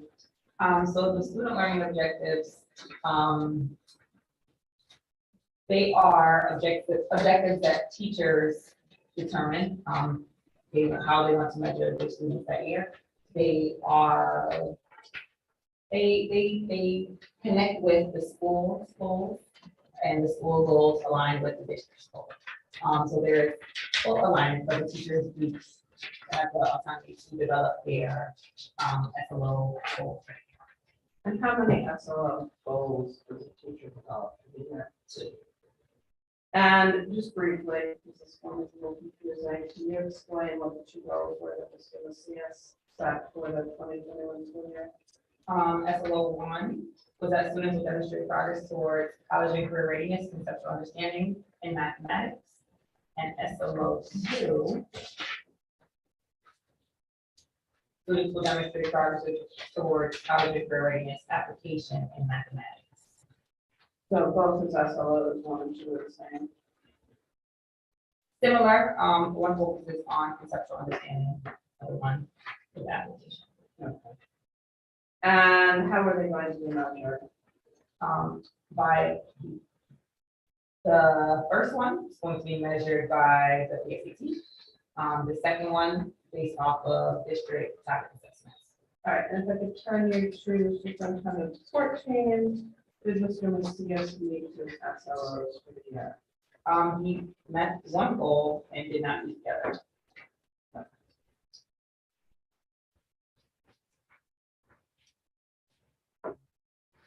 All right, going back to a minute to the start of the 2021 school year, did Mr. Macias make any requests or any concerns about what he was assigned to teach? Yes. And what were those concerns to your understanding? He was scheduled to teach, we had something called like off-track courses. So students who, for the first year, they hadn't passed Algebra 1, and instead of them taking a whole year of Algebra 1 again, they would split it. So we call them 2 by 2s, where they could take Algebra 1 in the first semester and then Algebra 2 the second semester. Hopefully that students will be able to recover a credit and get another one for that same year. So a way to help students to, that's the way to get back on track. And what was Mr. Macias's concern? That he wanted to really be able to work with our ninth grade population.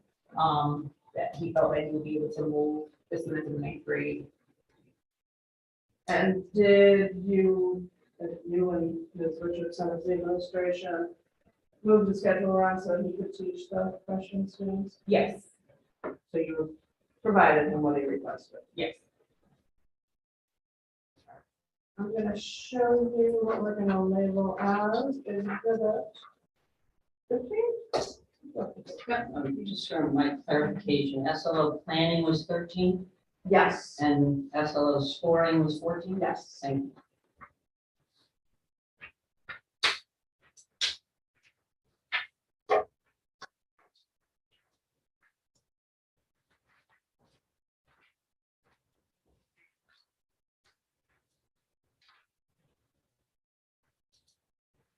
All right, I'm putting an email in front of you.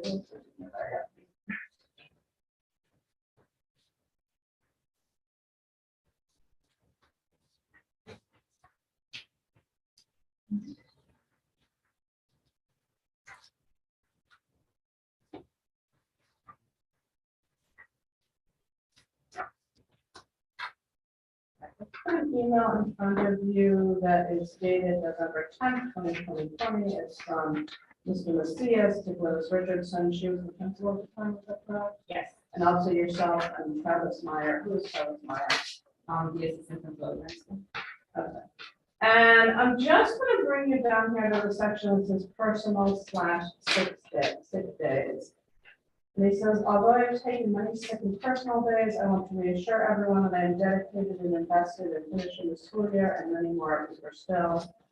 I'm not going to read the whole thing, but he says now, I even took personal days to work on lessons. Now, are teachers allowed to take personal days from work in order to do their lesson planning? No. When should lesson planning be done? They are provided a prep period. 25 minutes of prep period to be able to prepare. Their lesson. When you say 225 minutes, is that per week? Yes. Okay. Okay.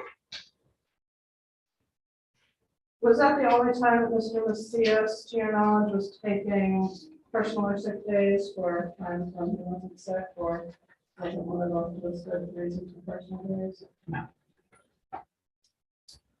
All right, you talked about seminar a little bit. And I just wanted to verify, did you say that there's an established curriculum for seminar? Yes, Was Mr. Macias having any issues with the seminar curriculum? yes, and yes. And do you recall what those issues were? Just not providing it to students. Not providing to students, providing it to students. Show you what we're gonna label as 16.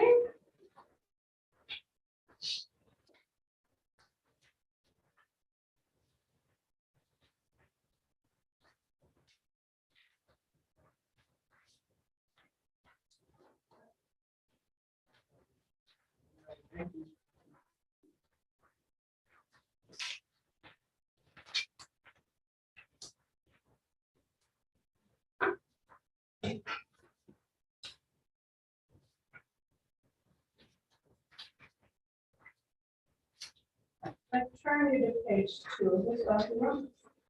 And that's your email, November 17, 2020, to Mr. Macias.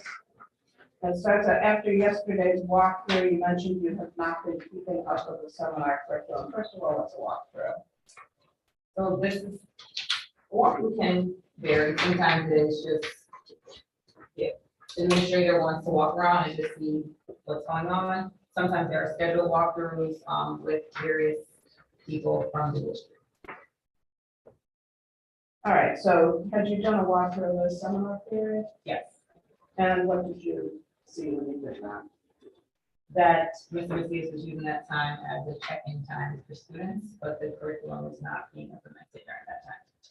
And did you have any conversations with him about moving to? Yes. Was he offered any supports? Yes. What kind of supports was he offered? The calendar was offered as support. We had a teacher at that year that was working, instead of having her own seminar, she worked on providing supports with the seminar and really building out the calendar so that every teacher knew where to access the curriculum, what to provide their students on a certain day, as well as time to work with that teacher if needed.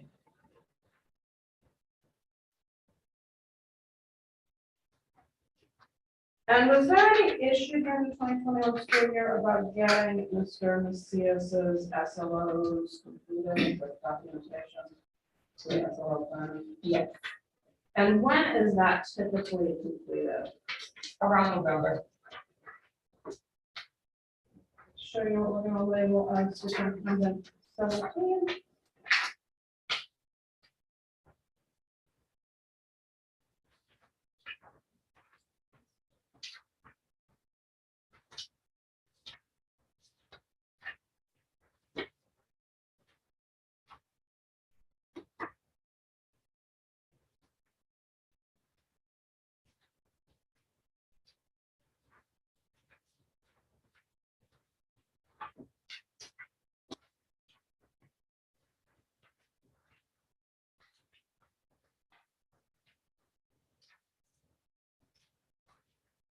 All right, and just very briefly, if you go to the last page of this. And that's an email from you to Mr. Macias dated December 21st, 2020, and you note that you are sending back his SLOs because they are not complete. And you directed that you finish and submit them by Wednesday, did you do so? No. And if I could turn you to the second to last page. You indicated before that there were supposed to be 2 SLOs, correct? Yeah. Did Mr. Macias originally give you 2 SLOs? No. And how many SLOs did he originally give you? Only one. And did he give you a reason for that? Yes, he said that he was given direction that SLO 2 was only filled out as a safety net if they could not accomplish SLO 1. And is that correct? No. Are teachers required to have 2 SLOs? Yes. And I note also that on that same page in the next email, you say your OPE needs to be completed as well. So it's my taking out that by January 12th, 2021, you still haven't completed the OPE either? Yes. And at some point, did those finally get completed? Yes. Do you know approximately when?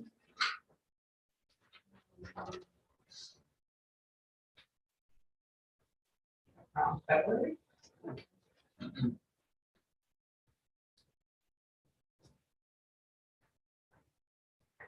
And did you receive any complaints about the conduct that was going on in this classroom during the 2021 school year? Yes.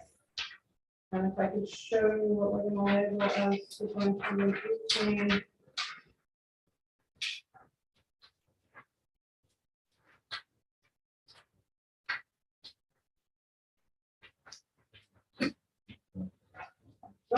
OPE. Oh, I'm sorry, it is. The parent engagement. Ah, okay.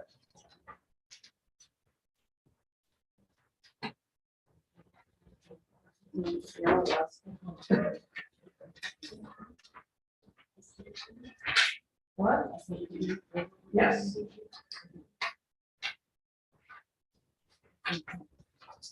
All right, so I put in front of you is labeled as superintendent 18, which is an April 2016 email from you to Mr. Macias. Can you explain what the issue was that you were raising in this email?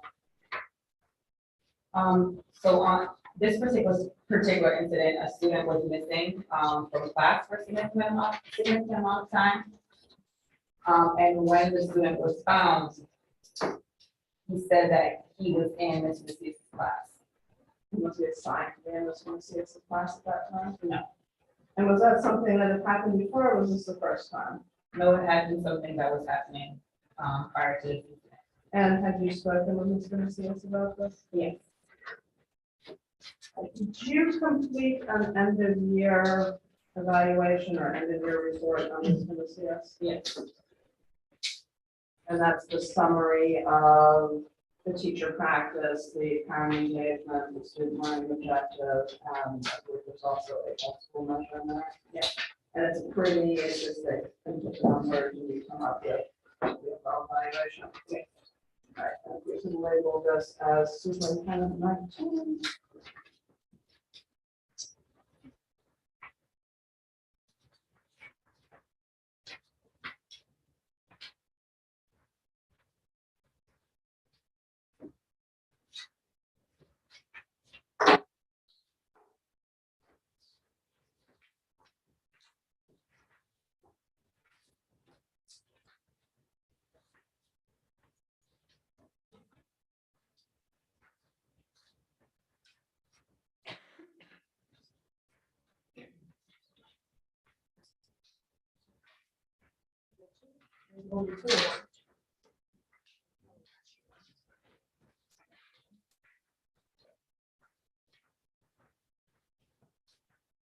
All right, and I see that he earned a score of 1.99, and what does that equate to? Developing /leave improvement. Now, despite that, did the district decide to renew Mr. Macias's teaching contract with 21-22 school year? Yes. Well, this was. Of course. Yeah, all right.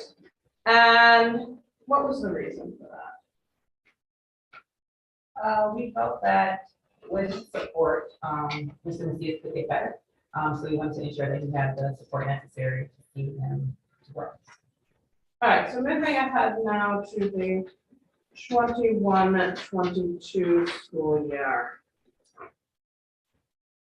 I'm going to show you what we're going to label as superintendent 20.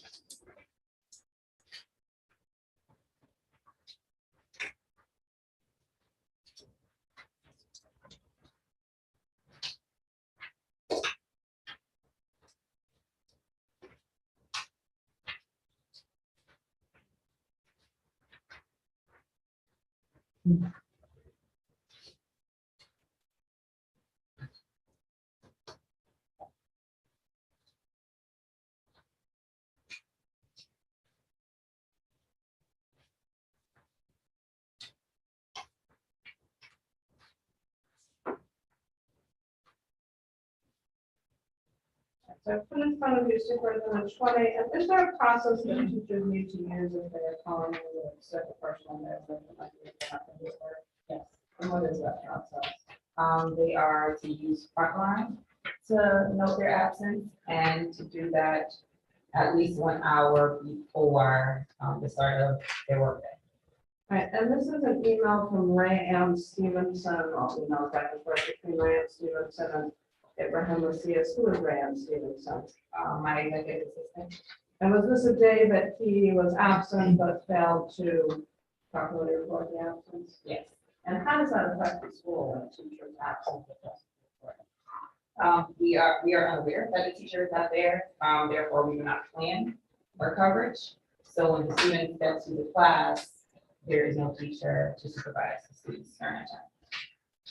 Right, and did you continue to get concerns from other employees about what was going on in Mr. Macias's classroom during the 21-22 school year? Yes.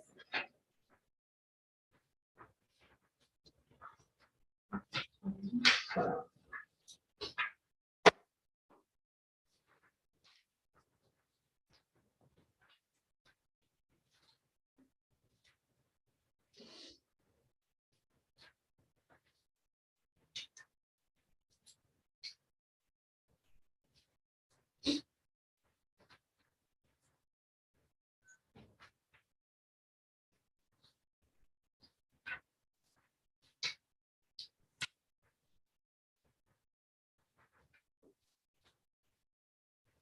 I put in front of you an email from Mario Erskine to yourself dated September 22nd, 2021. It was labeled as Superintendent 21. First of all, who is Mario Erskine?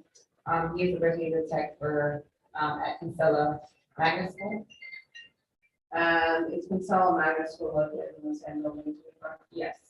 And what was Mr. Erskine's concerns? About the classroom management, that his office is right across the hall from Mr. Macias' class. And there were students filling out of the classroom in the hallways, making TikTok videos on the phone, playing loud music. Well, music was coming out of the classroom, and he just felt that there was a lot of disruption from the classroom. And he also expressed that the students said that they were given permission to be in the hallway from Mr. Macias. And did you speak with Mr. Macias about this? Yes. And what do you recall that conversation?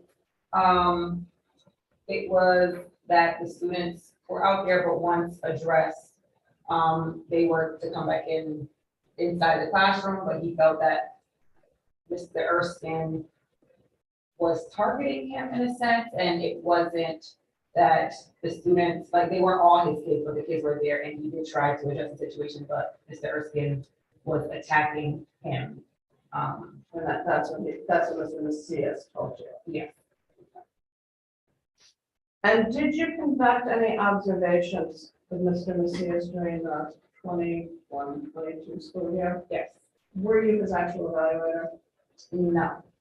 You were acting principal that year? I was. We share evaluation, so any of the administrators can go in and evaluate him. So I did his first evaluations, and then Mr. Meyer took over as his primary evaluator. And did Mr. Macias continue to receive coaching during the 21-22 school year? Yes. And you didn't get copies of the material the coach did in observation. She didn't provide copies to you of what she observed, did she? No. What did she provide you? She provided another assistant principal with just updates on coaching cycles that were happening, and what's happening with the math department. Okay. But she wouldn't have provided, here's his observations that I've seen. No. Okay. Just here the days I've done coaching, things like that. Yes. Okay. All right, going back to the observation that you conducted, let's label this superintendent 22.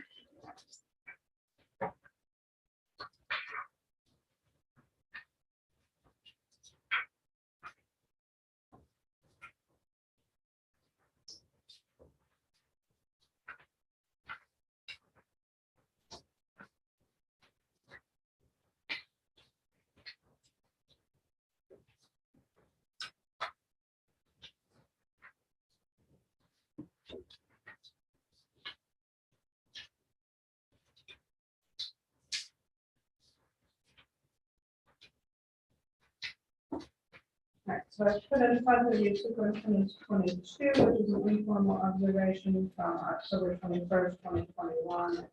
And ninth grade algebra class view, describe what you saw during this observation. So this observation was one of the better observations that I've seen of Mr. Macias. Very energetic, having a good rapport with the students. But my concern here was that it wasn't happening in a logical progression. So the objective wasn't clearly stated on the board. It was started, but then it wasn't fully written on the board. But Mr. Macias did actually speak to the objective. Students were engaged in the lesson. So I think that there was definitely improvements that we were seeing from Mr. Macias in this lesson. And I will turn you to page 1, and I will note that under implementing preliminary 3A and needing to construct meeting 3B, you still evaluated him as a 2 and needs improvement. Why is that? Because there was still room for growth. I think there was still an area of developing here. And that starts with the lesson. So the objective leads, it provides direction to the lesson. It kind of indicates where the student should go and where they should be by the end of the lesson. And when it isn't clearly articulated for the students, there could be misunderstandings there. So there were opportunities where there could have been more going on, but it wasn't all there. So there was still room for growth. Right. And did Mr. Macias continue to have issues with attendance at the start of the? Yes. And did you have an occasion to provide him with written instruction as far as his needs around reporting absences? I'm sorry, that came out very badly. Before we get to that, did at some point Mr. Macias indicate that he wanted to take a vacation during the school year? Yes. I can show you what we're going to label as superintendent 23.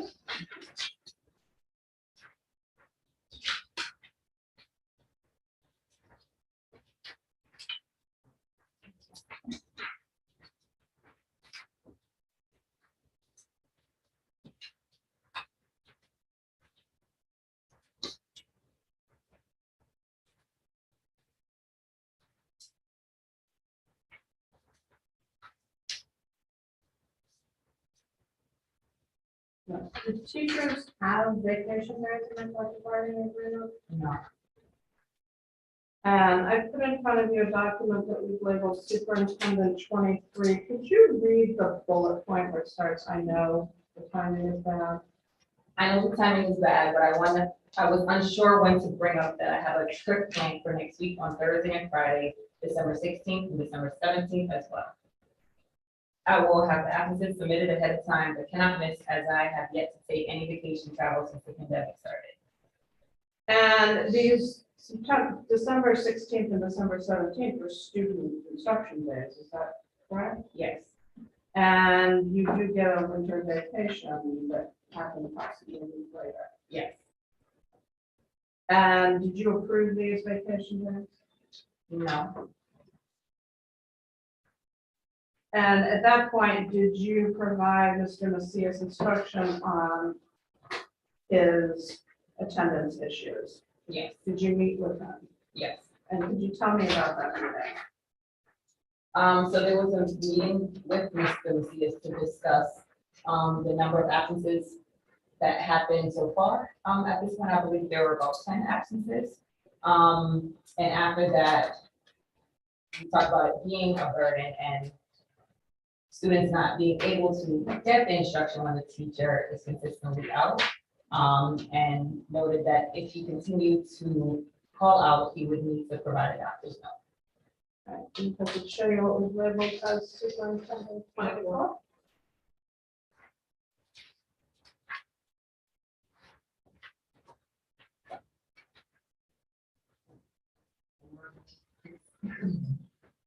And was this your letter? Yes.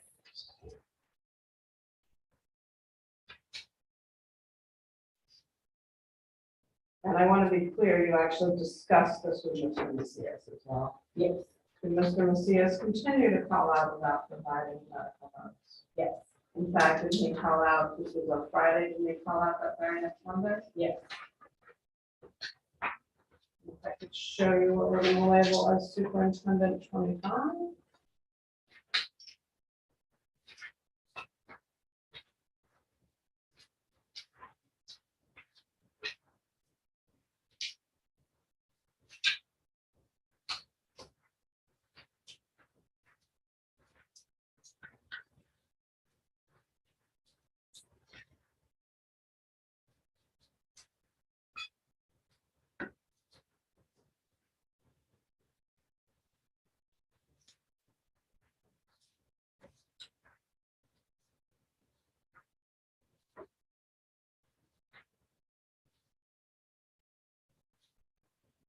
All right, and could you identify what superintendent 25 is? This is an email from Mrs. Macias. And is he indicating that he's taking an absence on Monday, December 13th, 2021? Yes. And could you read the second sentence? I am not sick, but need one more day to prepare for 0 sick days off in 2022. And did he actually take a sick day or put in for a sick day that day? Yes.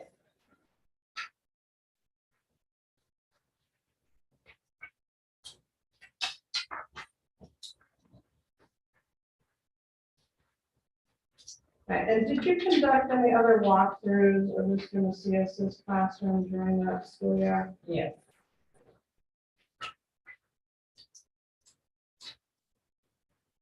I could show you what we're gonna label as superintendent 26.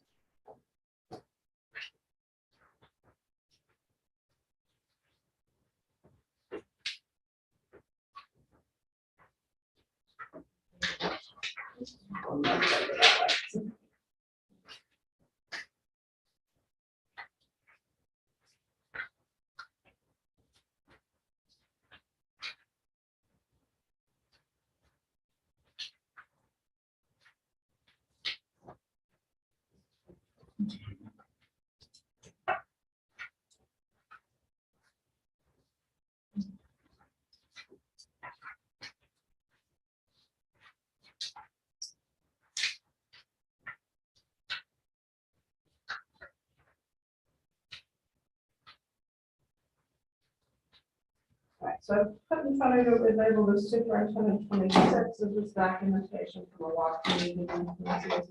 Yes. And could you just share some of the concerns that you saw when you did that walkthrough? The girls were missed opportunities for student discourse, and wasted time for math. Students returning from lunch at 11:50, and at 12:28, this, Ms. Macias is still reviewing the daily announcements from school. So that was similar to what you'd seen in prior observations. Yes, And a walkthrough is unannounced. yes.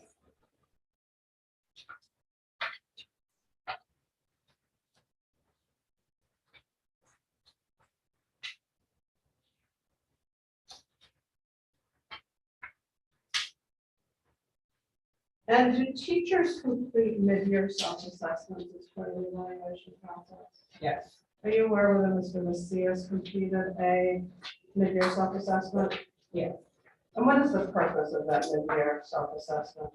Halfway through the year, the teachers are provided with the opportunity to see, to indicate where they believe they fall. And then also if if they need support, they can indicate that to them and share it as well.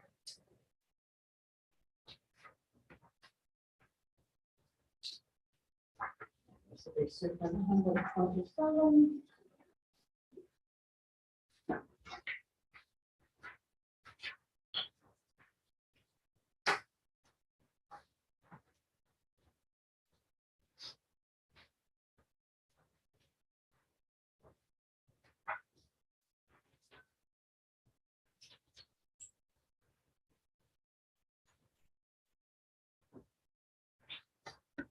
What's the date on Mr. Macias' mid-year assessment?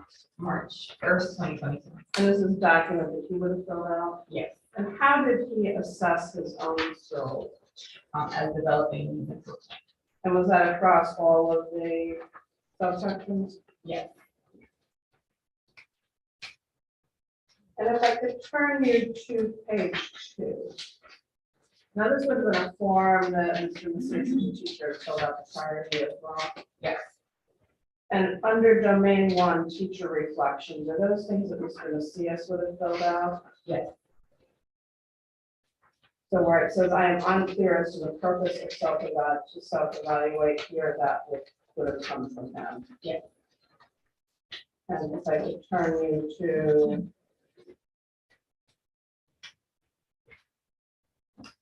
the second to last page, under domain 4, teacher reflection, where it specifically says that this is a touchy subject because I have a hard time with the word professional as a person of color. Does that would also have been something Mr. Macias would have filled out? Yes. But overall, he identified himself as developing equal participation. Yes. So that tracked with a lot of the subsections that you evaluated as well. Yes. All right. When are recommendations for non-renewal made? LOTM, if you're looking to non-renew. In March. Okay, and did you make a recommendation to non-renew Mr. Macias's? Yes. employment? Yes. Would you like to removal, That's 28.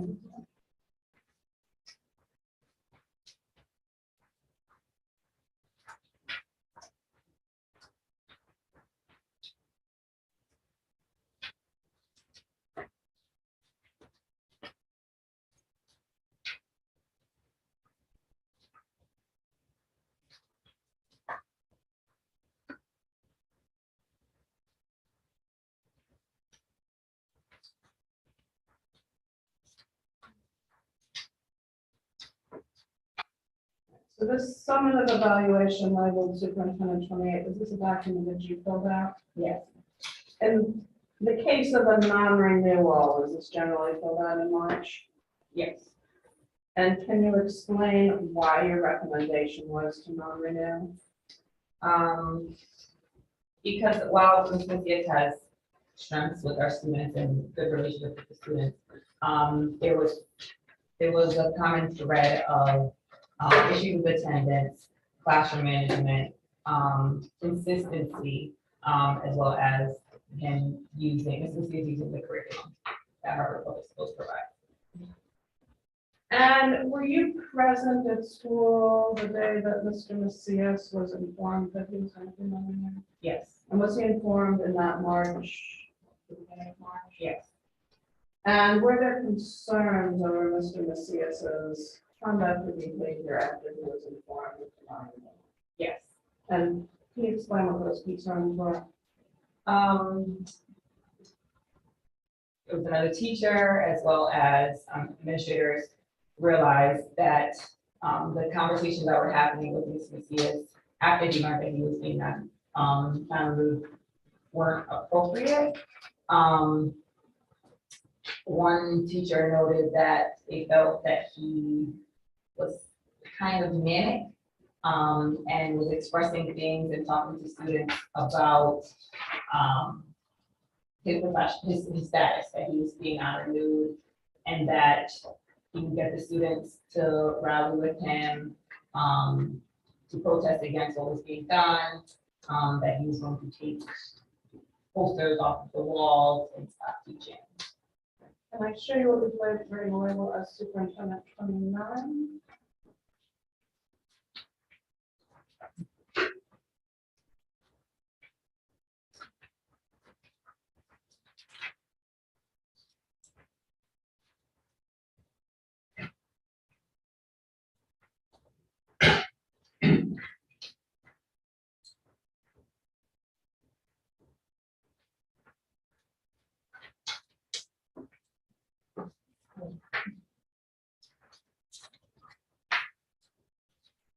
Okay, and can you explain what this email correspondence is?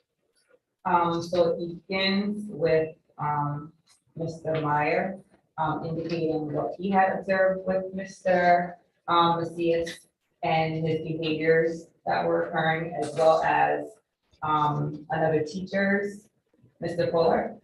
His observation of Mr. Macias after he was told that he was being non-renewed, and then my correspondence with Ed Wilson, indicating what we had seen and what we believe to be a concern from Macias being in the building. And did you actually go up to Mr. Macias's room? Yes. And what did you see? I'm sorry. That most of the work was off the wall. The students were not working, they said it was a free day, so they weren't doing any work.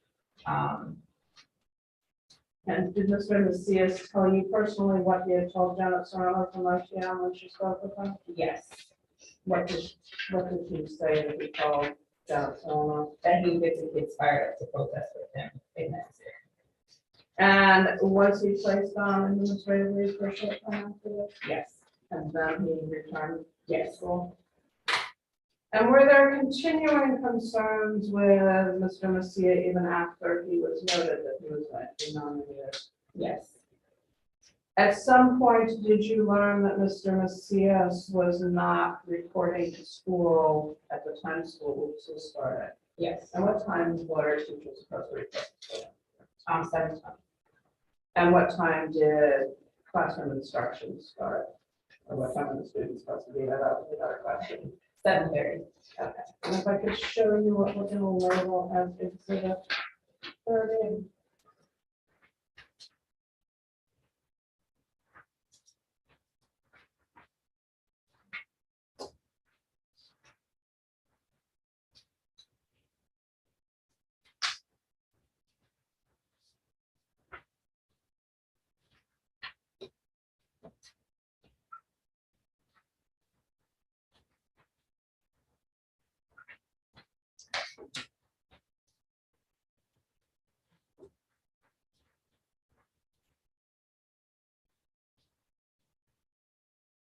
I think you explain what Superintendent 30 is. This is a correspondence between, Isaac Rayan with Mr. Macias, asking him if he was out because she had not seen, attendance submitted in front line. And what did he respond? That he was, that he is in the building, but he was, that he needs to report, that he will start to report at 7:20. So did you take from that that he had not been reporting at 7:20? Yes, And he didn't let you know previously that he was coming to work late today? No. And did you also at some point learn that he was leaving the building during the school day to work from home or to work from home? yes. Can I show you what we're going to label as Superintendent 31?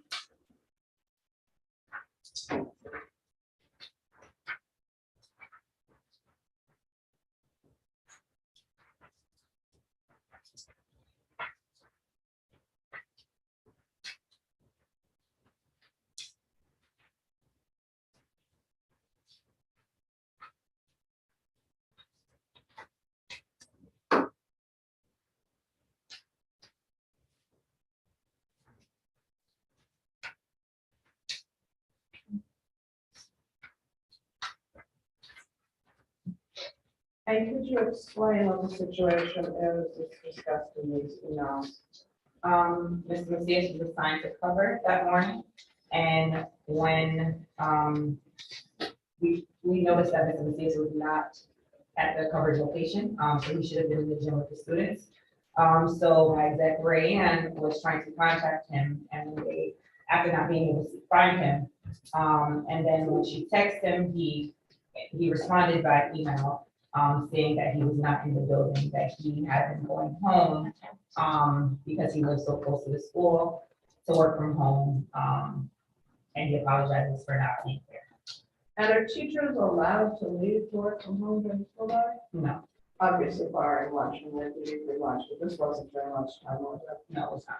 Had he informed you that he was leaving the building during the work day? No. Had he asked for permission to leave the building during the work day? No. Did you ask him to tell you when he had left the building? Yes, Was he able to do that?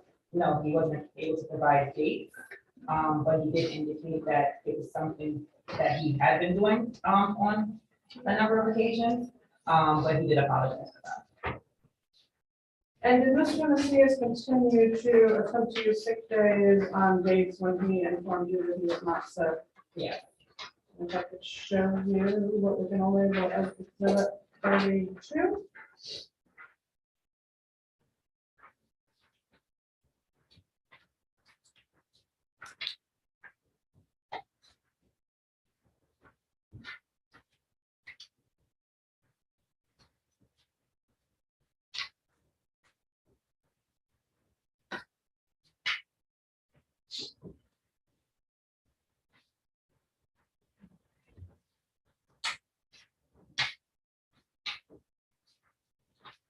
I've shown you exhibit 32, and what's the date on this email?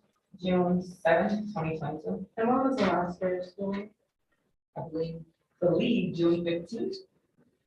And he states here, I apologize for doing this again, and he's on plan, but I need to use one last sick day this year.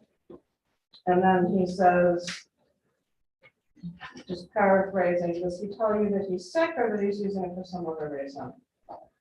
That he is using it to prepare, for his future career in, he was told that he doesn't have a future career in teaching, or may not have a future career in teaching, so he needs to make the right adjustments for himself. And did you request from Ron Champlain a list of the times that she met with him for coaching? Yes. If I could show you what we're gonna label as superintendent 33.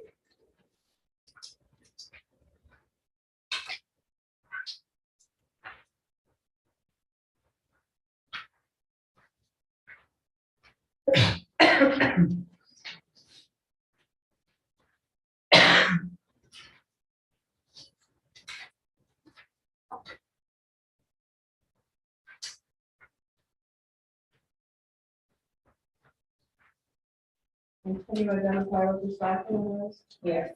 And what is this document? So these are dates of support from Ms. Macias. And she doesn't explain or doesn't inform you, you know, I saw X, Y, or Z, these are just the dates of coaching. Yes.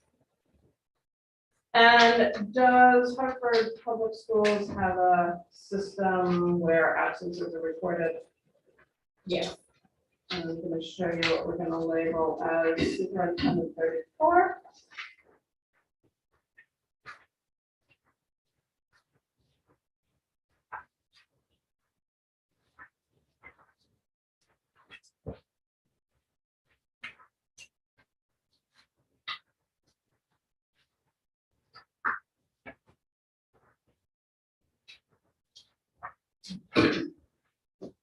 And is this the list of Mr. Macias's absences for the 21-22 school year? Yes.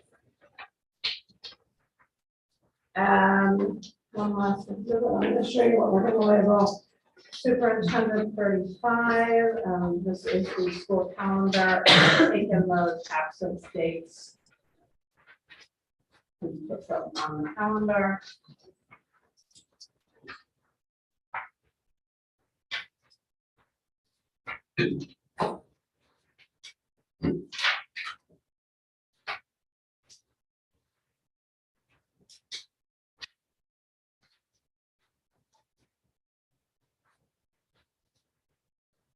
I will just state I did not include the days that he was not administrative leave, so these are days that he called in for reasons. And looking at the calendar with the dates, do you see a pattern?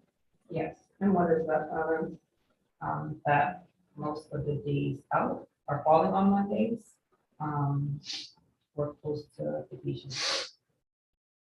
And in fact, every one of these days here, either a Monday or a Monday to Tuesday or a Thursday and Friday, that they're always next to either a weekend or a vacation. Correct? Yeah. Right, so at the end of this year also, let me ask you about one other incident. Shortly after he was notified of his non-renewal. Was there an issue with him bringing pizzas for the students? Yes. And could you explain what that situation was? So I was called by my lead security guard. And is that usual that you would hear from him? No. Typically, when it comes to student behaviors, my lead security guard is the apex. On staff, they are really good about handling those. So they try to leave the administrators to work on instructional leadership. But my lead security guard called that day saying that there was a huge disruption, that Mr. Macias had given students pizzas, and they were in the cafeteria running around with the pizzas. They were starting to fight over the pizzas. Boxes were all over, and it was a huge issue in the cafeteria in the hallways. And where did you actually go out and speak with Mr. Macias? I did. So I went to the cafeteria first and tried to help bring the disruption down. So we got the kids out with the pizza boxes, and then I went up to Mr. Macias and to his classroom, and there were kids going to his classroom looking for pizzas. They were inside the classroom as well with the pizzas. And Mr. Macias said that he did order pizzas for a significant amount of pizzas for the students. And he was sorry that it caused the disturbance. And he owned that he didn't foresee it being such an issue. But he understood that it was causing a major disruption in the building. Students were also coming out of the teacher's workroom, getting, because that's where the pizzas were, so they were walking back and forth from the teacher's workroom to the classroom. And then while talking to Mr. Macias, other kids were coming to his door looking for pizza as well, students. So it wasn't just contained to his class. And you estimate how many pizza boxes you sold? At least 20 something pizza boxes. And did he ask for permission prior to doing this? No. Is it safe to say this interrupted learning in school? Yes. All right, so at the end of the day, you were the one that recommended non-renewal. So can you explain what the reason was that you recommended non-renewal? For the weaknesses noted in the document, I feel that a lot of supports have been provided to Mr. Macias, but the issues were outweighing the relationships, and it was causing a loss of instruction to our students. So I felt that the non-renewal was appropriate.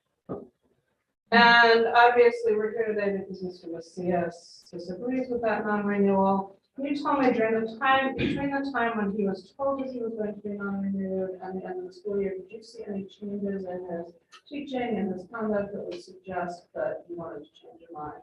No. I have nothing further to this witness. Now, so the other thing, right? You take a break. Prior to doing that, how many, I'm just looking at the time, how many more witnesses do we have? I have one more witness. It's going to be very short. Okay. And then, I have one witness here, so it'll be very long. do we think we expect to finish by 7:30? Probably. Like it might take a little bit longer than that. Probably. Did we schedule a 7:30? I'm trying to remember. We haven't, so. No, this is only scheduled to go until 7:30. What I'm asking is for time for people to stay here, you know. I got your point. Yeah. So I'm trying to figure out what the group here would like to do if we go past, it's already 6:30. Do you want to stay long, which is, I don't know, maybe 8-ish, maybe possibly, or do we want to schedule another date to wrap things up? I mean, I have to consult with these guys, but my preference would be that if we can finish this tonight, if we don't mind staying later. That makes sense.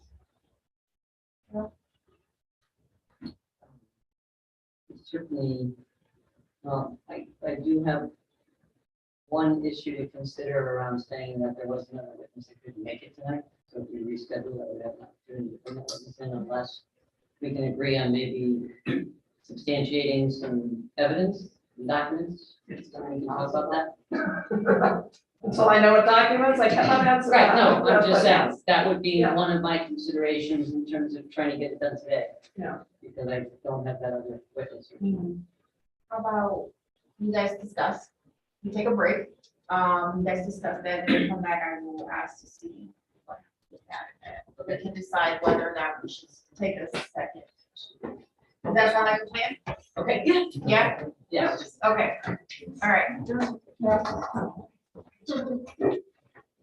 Thank you, guys. I just want to be respectful of everyone's time. We appreciate that. Thank you.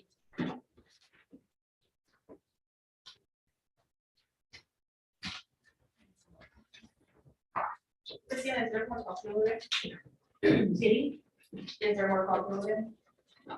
Sir, I don't think you. Let me start the last. Okay, thank you.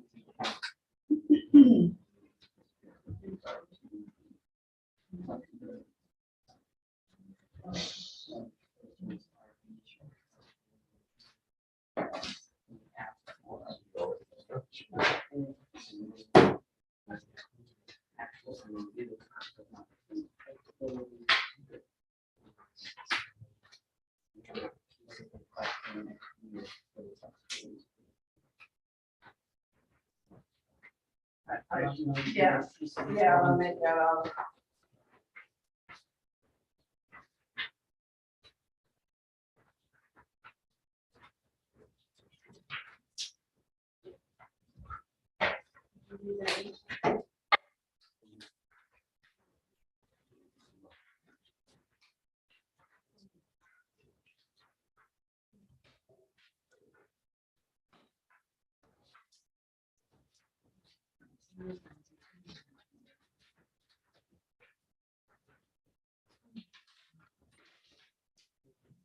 Okay.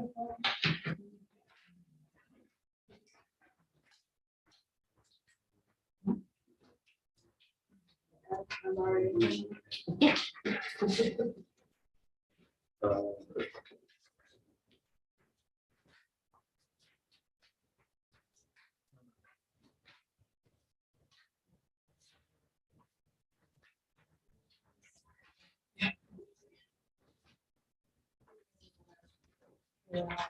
She's looking at the document.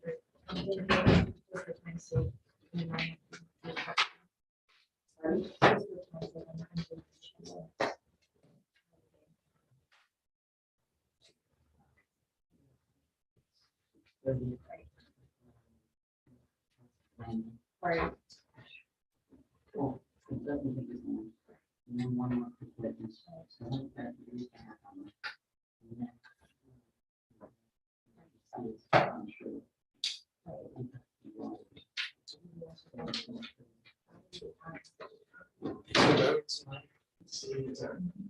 I mean, I get the desire. Since a lot of people are trying to- Yeah, it is, yeah. Perfect. I want to respect everyone's time.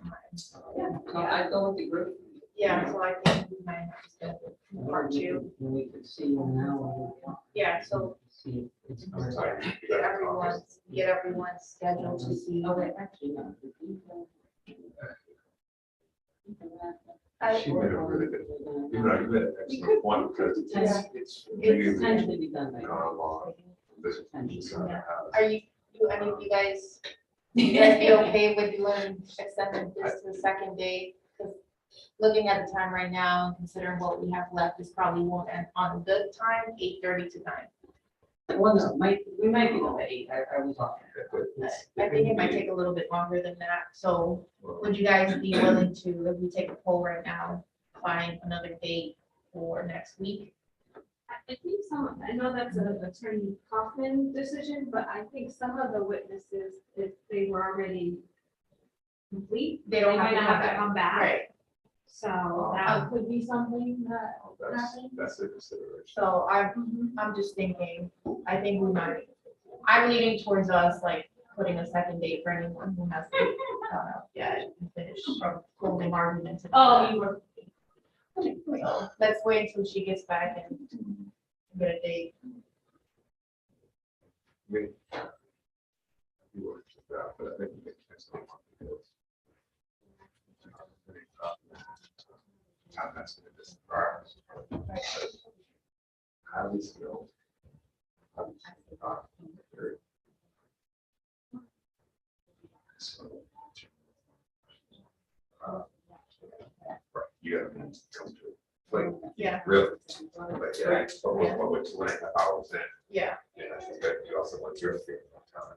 Oh, yeah. I got You a don't lot wanna- I got a lot Right, of- right. Okay, so I'm saying, you're trying to rush 20 minutes. So.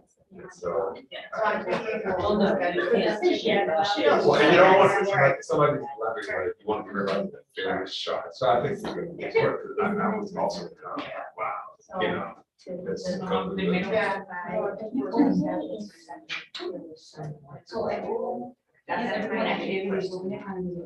Yeah. And then they throw these kind of getting us back. Yeah, I wasn't here, we'll go I don't know on. if this is just. And Because it then, doesn't have the same. Yeah. right, Okay, right, okay. so right, right. Incredibly soft. Oh, no,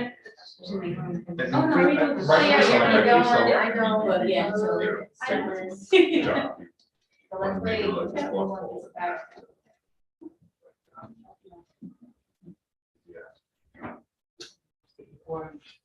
I haven't. Wait for everyone to come and then we'll take it home. Take an executive. decision. By the power vested in me. Fantastic. Obviously, we can get it done next Right. week tonight, that's ideal. Right, but tonight's looking probably. We got all of it. That's the issue. Yeah, To me, I think, to me, it's probably what we are, not doing this. yeah. It's monthly, it's not. It's not that I have to do. Just that, Yeah, so. Come up here, here. The bigger determination is, we will be able to do the cross-examination and last witness from the board side. Right. So the question would be, do we end there? To allow, you know, want the testimony to be complete when we go into I that? think that's the best. Or will we have time to go through one more testimony on our side? Right now, I'm thinking if we go past 8, we should, which I have a feeling will be going past 8. We should reschedule, so I think at 7:45, we'll hopefully finish the process. No, what I'm suggesting is that if we're gonna do a second date. Yeah. We may not even want. All right, I don't want it to side be to split, right, go. We could end this. and then do your side on the next day. Do our witness. Not right. We're just talking some backup plans. Okay. We have a feeling this may go past 8 potentially. So letting you finish your side, all your witnesses, cross-examination. We take a poll right now, figure out everyone's schedule, us to be here and any other witnesses, and then we can plan the second date for next week. What are your thoughts? I mean, I think from our side, we would much rather finish this tonight. I could offer, I mean, to just, Travis Meyer would be probably about 5 minutes of direct testimony, so I don't know what the process here, but we don't have more than like 5 or 10 minutes, which then. Should we reassess this after the Yes, board's let's- completed? and yeah. see where we are? So let's do that. Let's finish your cross-exam and do that. And if it's longer than that, then I say we'll pick a second date. Okay, Okay? all right. We just don't have time to prepare my question. I'm sorry. Well, here, take more time, because I gotta get my coffee. Sorry. Yeah.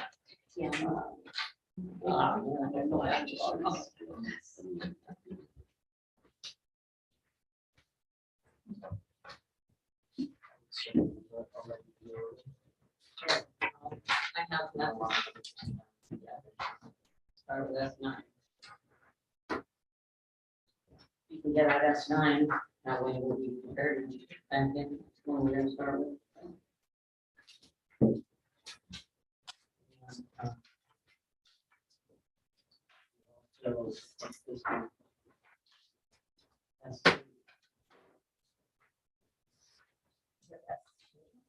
That's two. That's where my first question. Yeah.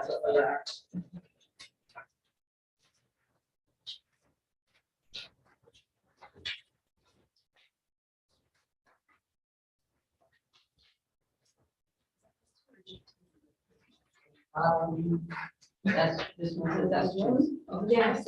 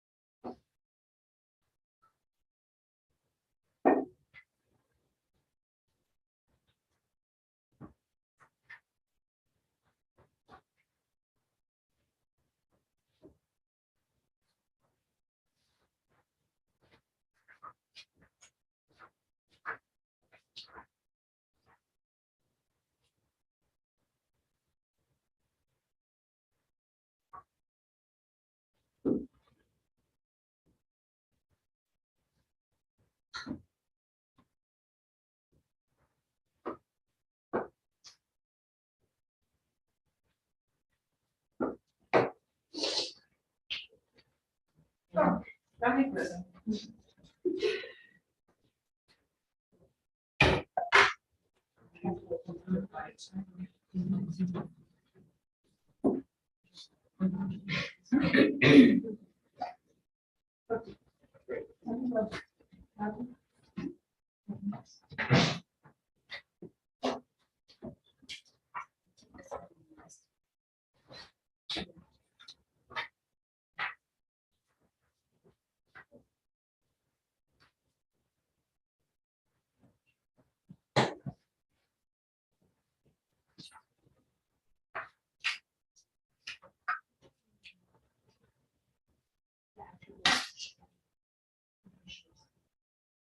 I just want to make sure.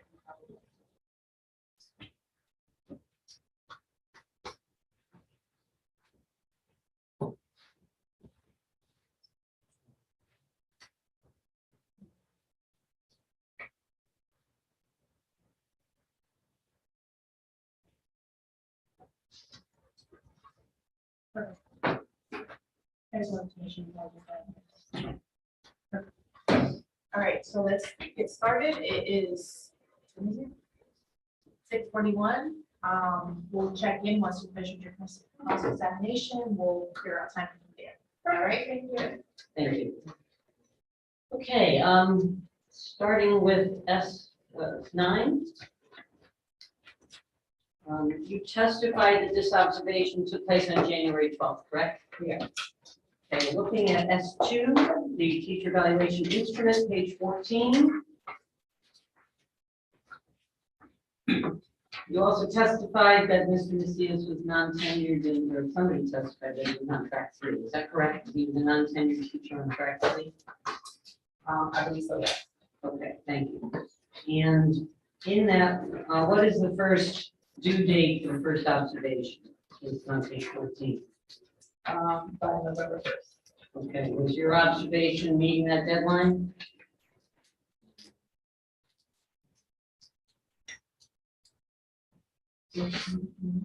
No, What, and looking on S9, what was his score of all of the rubric? all the score 13. And how many areas were scored? 5. And to get his average score, we would divide 13 by 5, correct?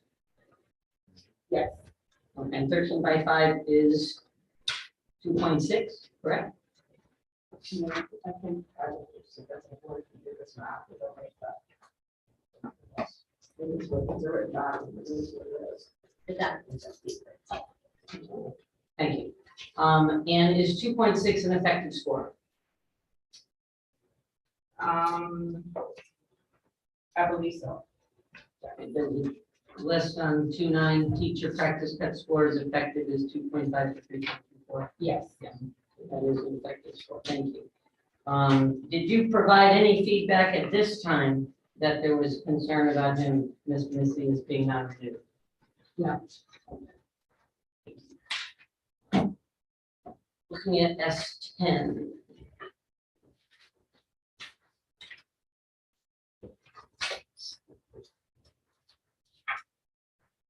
testify that this observation took place on February 2nd, no, 12th.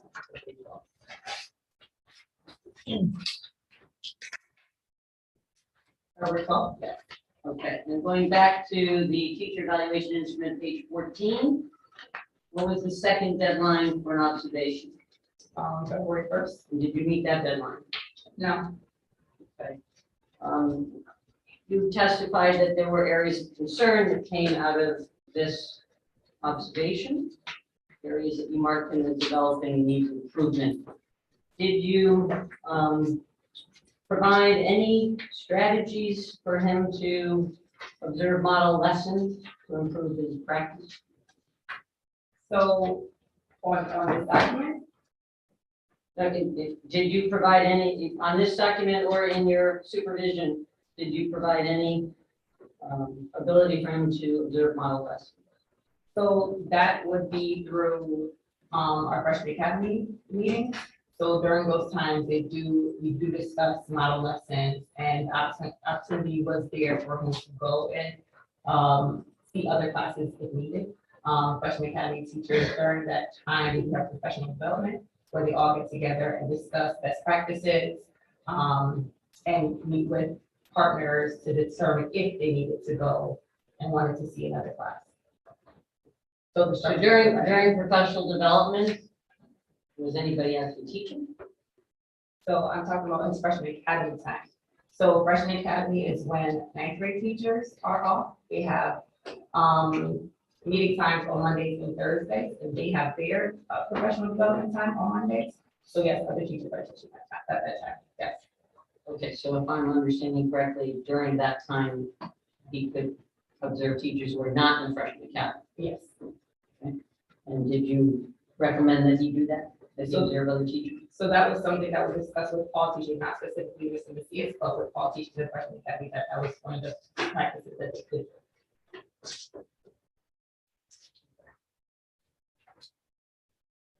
You did not single out that recommendation to Mr. Macias. Did you identify any additional training that specifically would address your concerns in regards to his teaching? Yes, I believe in my recommendations, there were articles that he could have done, that he could have read, as well as, in those articles, they talk about strategies for providing culture responsive teaching. Any workshops or other professional development that you suggested he take, video trainings, anything else that could have addressed your concerns? So him specifically, no, but for all of our teachers, yes. They have been provided trainings through the district. We also purchase for people, we've contracted with other people to come into our building and talk about equity for learning. So I believe a lot of professional development was provided to the entire staff around this. But nothing specific to the concerns that you had for him, for Mr. Macias. Specific to concerns that we see overall in the building, and some of the behaviors or some of the concerns from students are also evident with other teachers. So all of our teachers are provided with support. Okay. Moving on to S11. You did give feedback that testified that you encouraged him to continue to meet with his coach. Was the coach building based? Yes, So the coach was in the building and able for him to access? yes.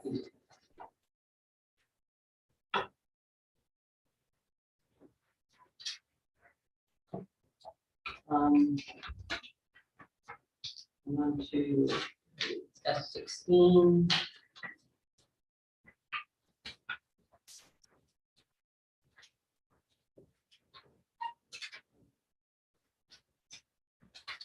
This was regarding the seminar.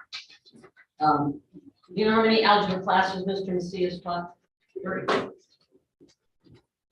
And he had a seminar class? Yes. Do you have any other classes that you teach? We teach in CTA, Could you explain what that is? transition to algebra. And how many transition to algebra classes do you have? 3.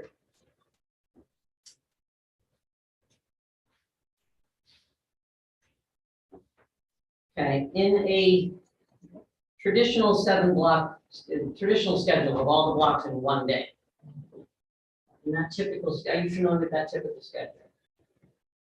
Yes. Okay. How many blocks in that schedule would a teacher usually teach?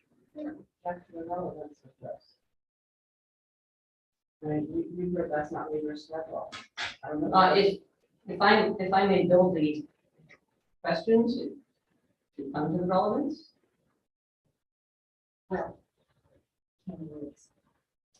Trying to get to his load, his course load of what he is having to handle in comparison to the traditional schedules that teachers once had. And that's completely irrelevant. He's a leader teacher.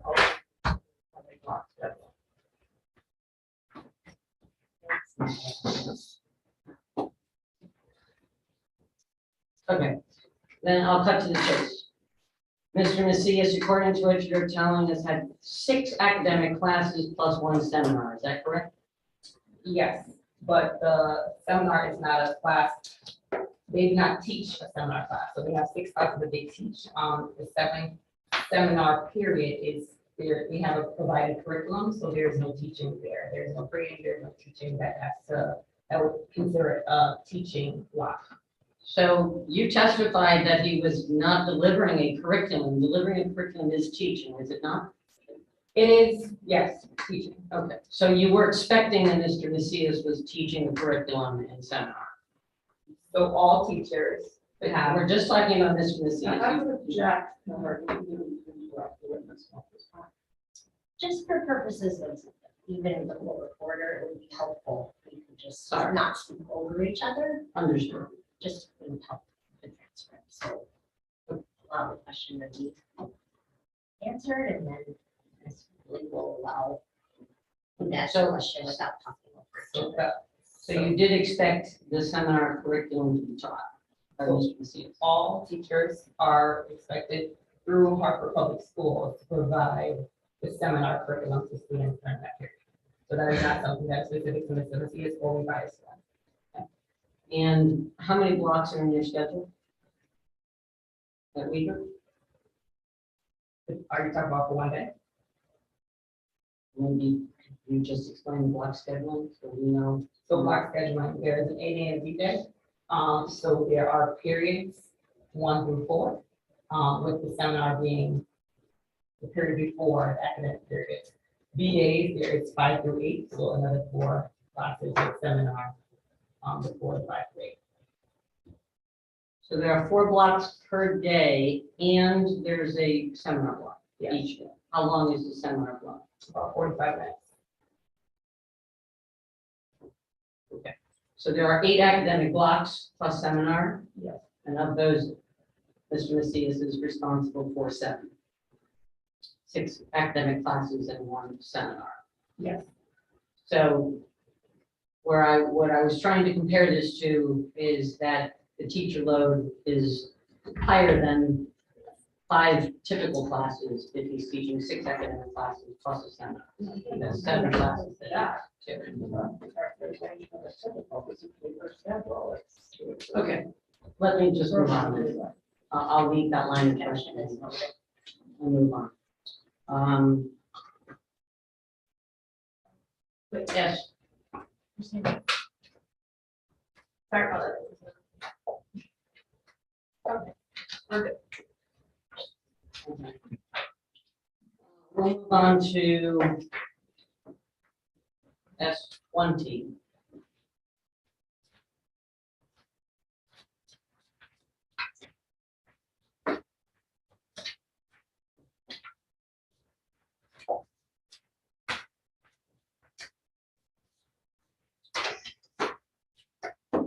This correspondence took place on September 13th, correct? 2021. Yes. How long had the COVID tracker been a procedure in Hartford Public Schools by September 13th, 2021? That I'm not sure of. Okay, so was it possible, was this Mr. Macias's first incident of close contact with COVID? I would not know the answer to that. Did Mr. Macias respond to the concern about frontline and correct frontline by entering his absence on that day? I am not 100% sure, that we have to look at frontline document to see if that absence was entered. If it is after a certain time, then they cannot, staff cannot enter it into frontline. Did he at least indicate his intent to submit his absence in frontline in this correspondence? Yes. Do you have evidence of incidents after September 13th in which he did not enter his absence in frontline? Yes. Is that submitted here? So through the statements where he has on more than one occasion sent an email where Brigham Stevenson has asked him for, we do not see you, or, and he's emailing stating that he is after the 6:20 cutoff, that he is out of work. Okay, in the letter. You're referring to another letter that we looked at. And I believe emails that we've gone over, that there have been more than one occurrence where he states after 6:20 that he is calling out of work. And I recall that. I was asking about simply the not entering the absence in frontline. Is there evidence that that continued to be a problem? This document starts September 13th as a problem. So is there documented problems after that? I believe there was a recurrence of him not entering on time in frontline.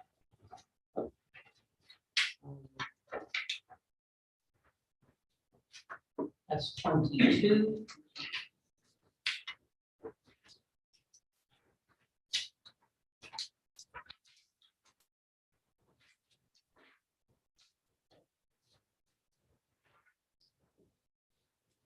What was Mr. Macias' score on this observation?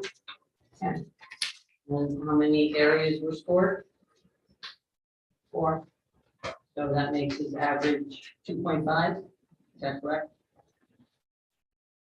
10 divided by 4. I guess take your word for it. Sure. And is that an effective score? Yes.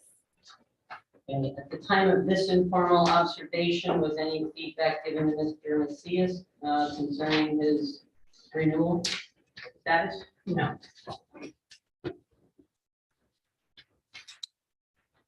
That's 23.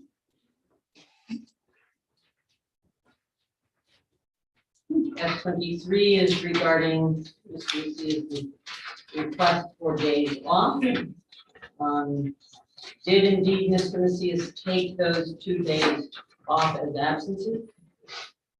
I'm not sure. We have to look at the frontline document that was submitted to see if they are in there.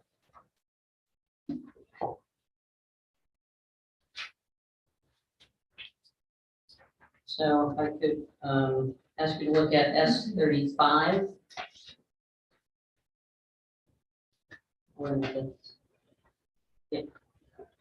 S-35 is a calendar indicating his absences.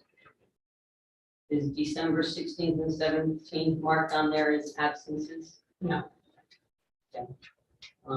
Were you aware that Mr. Macias did not attend a family wedding on those days because he was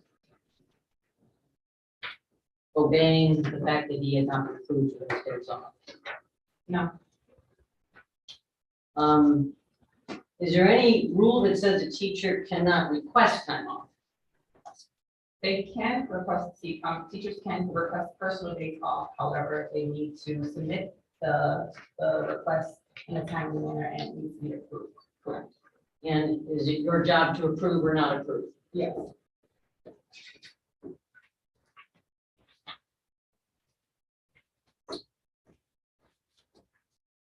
That's 27.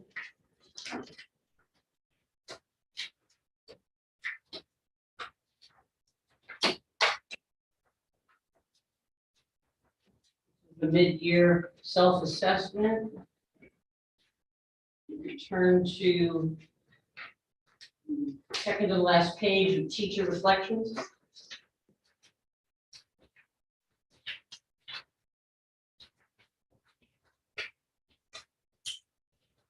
Do you recall in your meeting with Mr. Macias, you responded to the concerns he expressed as a person of color around professionalism?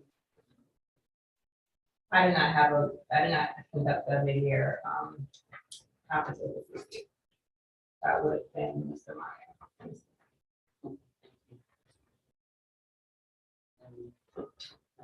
Asked me the question.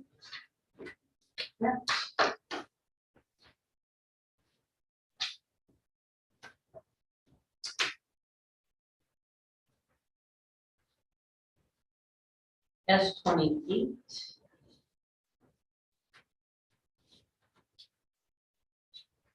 There was discussion of the concerns of the reaction to this notice of non-renewal. Did you consider the timing of when to notify Mr. Macias of this non-renewal? I was informed one thing, to let him know that he was about being non-renewed, and I provided him with that feedback. And did that discussion occur during the school day? Yes.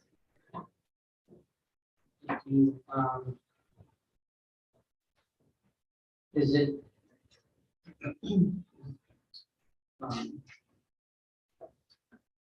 could that notice have been given after school? Possibly, but I was following directions to give them notice when I did, and I followed that direction. And so did the directive tell you a specific time when you were to provide that feedback? So at that moment, I needed to provide with feedback, yes.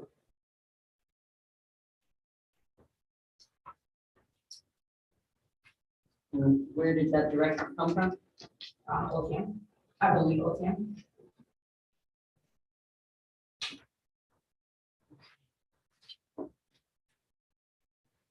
And S32.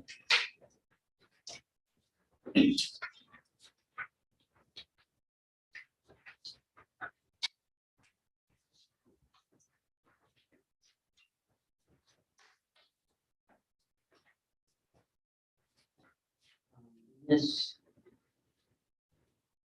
email, does Mr. Macias state a need for day for mental health purposes?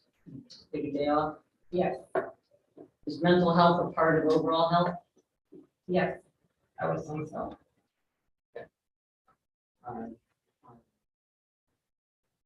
So is mental health a reason to take a sick day? Yes.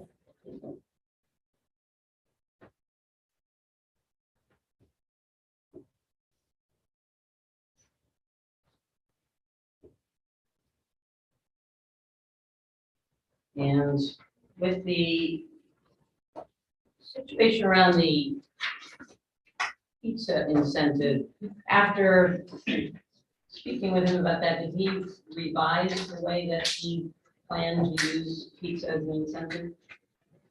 We never discussed pizza after that. So did you ever give him permission to provide pizza to his students after that point? No.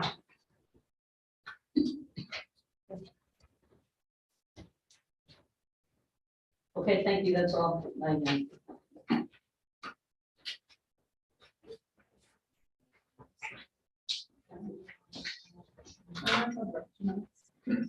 Thanks.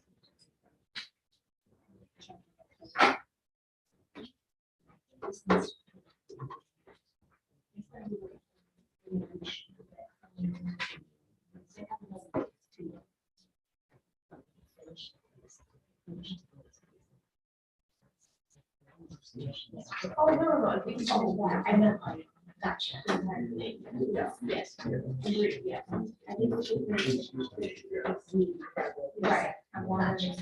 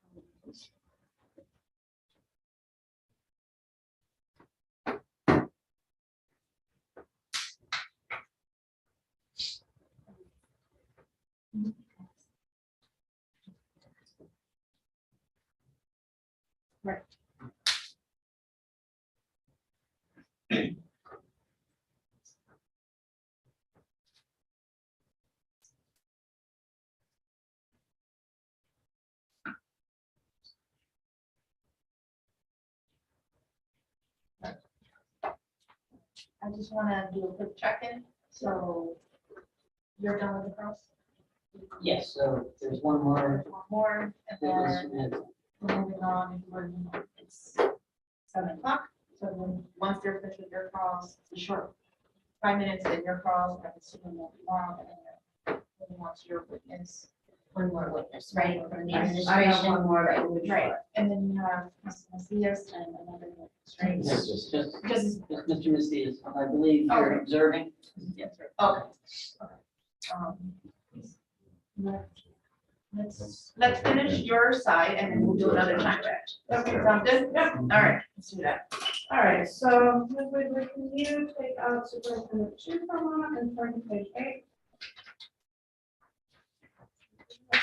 That an administrator has the ability to alter the timeline as needed for observations. Yes. And if you look at the top of page 8, it specifically says no timeline may be modified. Can you tell the administrator, can you see that? Yes. And if I could turn you to page 14. And right under track 3, does not also say timelines can be modified as necessary due to specific circumstances? Yes. I'm sorry, page 8 at the top and then page 13. Thank And during the 2021 school year, didn't the district specifically extend the evaluation timeline as well? Yes. Let's show you what we're going to label as exhibit superintendent 36.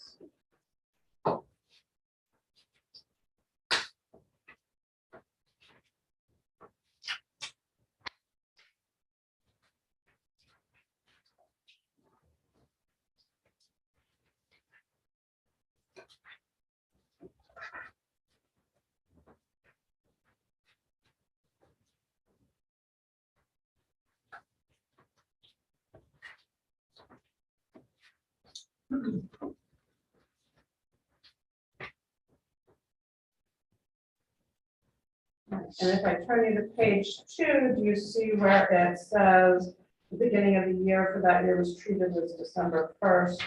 And that the evaluations were going to be ongoing December 1st, February 15th, and May 15th. Do you see that? Yes. And that was just for that 1 year, correct? Yes.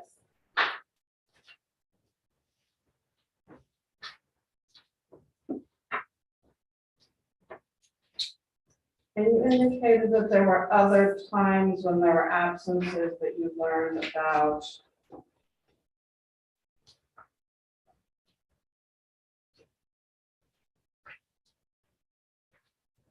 As far as Mr. Macias being absent, were there other times when Mr. Macias continued to be absent and did not provide medical notes to support his absence after the December 10th deadline? Yes. I show you what we're going to label as superintendent 37.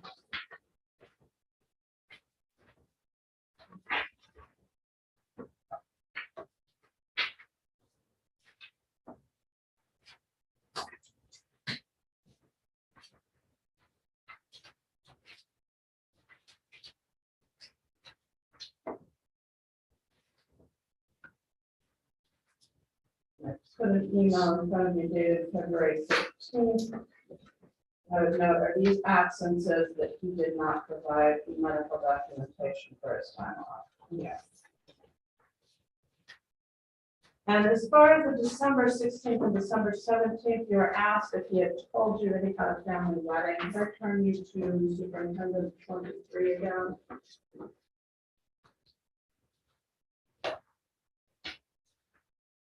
Does he state anywhere in that email that he had a wedding scheduled? No. Is it true that he stated, I've yet to take any vacation travel since the pandemic? Yes. I have nothing further.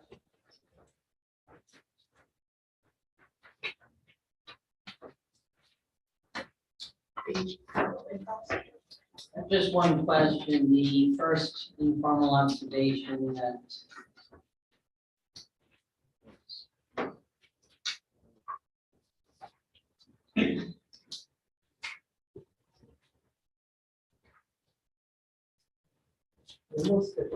all right, the S9, the observation that occurred on January 12th, did that meet the December 1st revised deadline according to the evaluation?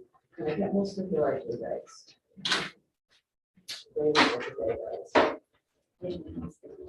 I'm sorry? I think we can stipulate to the document, you know, what the dates are. That's all. All right, so I have one final witness.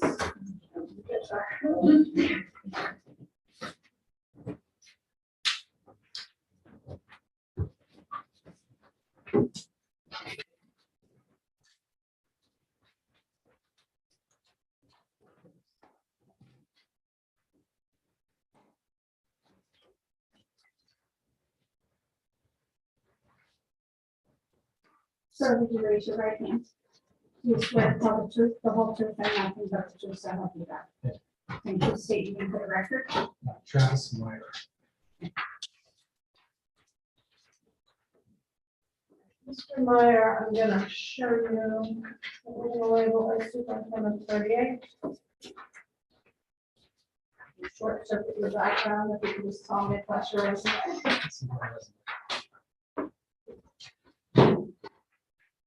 You gotta send those that way. Oh, yes, I'm sending. That one's yours.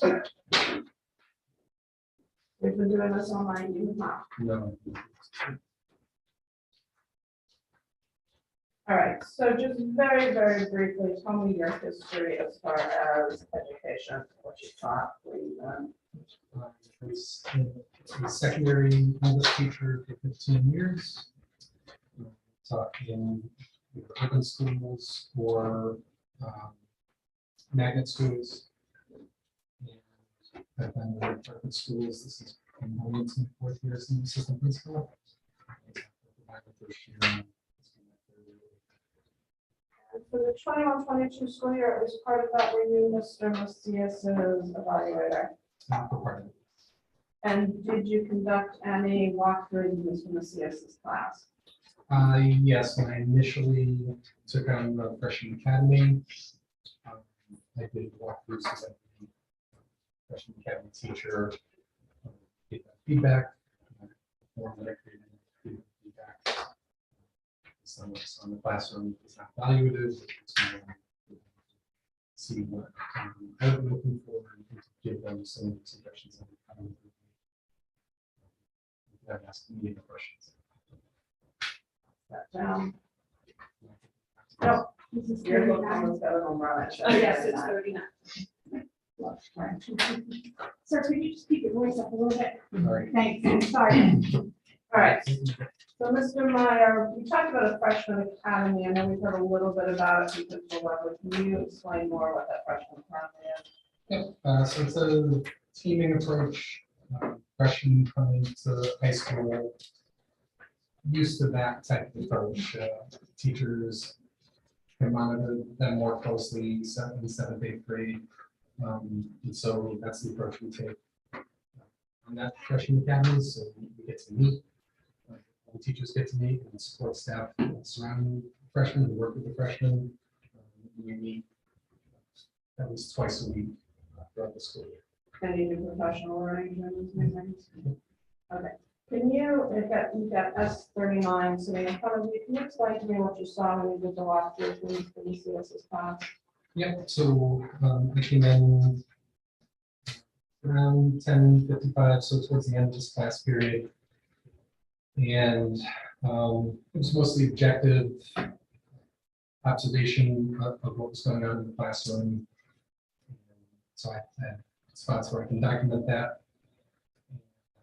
For instance, at 10:59 a.m., the number of students who appeared to be actively on task, and 6 out of the 18 students. And how many students were on their cell phones at that time? 5 students actively on their phones. And I hate to do this with you because you're handwriting, can you read what you wrote after Sure. that? 2 students sitting on desks, talking to a third student, 2 students sitting or standing by the door. So I'm assuming one of them is sitting, one of them is. All right, and under dashboard, it says each do not post, what does that mean? Teachers are supposed to post the essential question for the unit, for the lesson on the whiteboard in front of the classroom.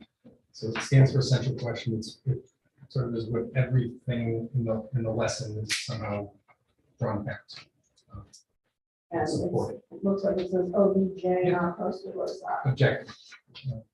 What they're trying to accomplish, what students are supposed to learn during that class period, expected to learn, and you go to supposed to. And this visit wasn't announced, was it? No. All right, and did you discuss this observation, or walkthrough, I'm sorry, with Ms. Macias? Yes, I don't remember if it was after, it might have been right after the class period, because it ended, and I was there, and I gave them the form immediately, and then we was able to have a quick discussion about it. And did you have concerns over what you saw in the classroom? Yeah.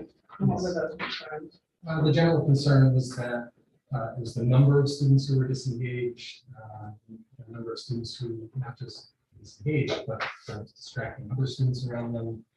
And it's one thing for that to happen, but to not to be addressed or to be allowing it to be sanctioned. That's okay to do, and that's a loss, serious loss of learning time when students, or in this case, multiple students. And did you discuss that with Ms. Macias? Yes, I don't recall the exact discussion, but I did present in the forum and go through it just quickly in terms of what I saw. So yes, it was addressed and discussed. All right, and if I could show you what we're going to label as superintendent 40.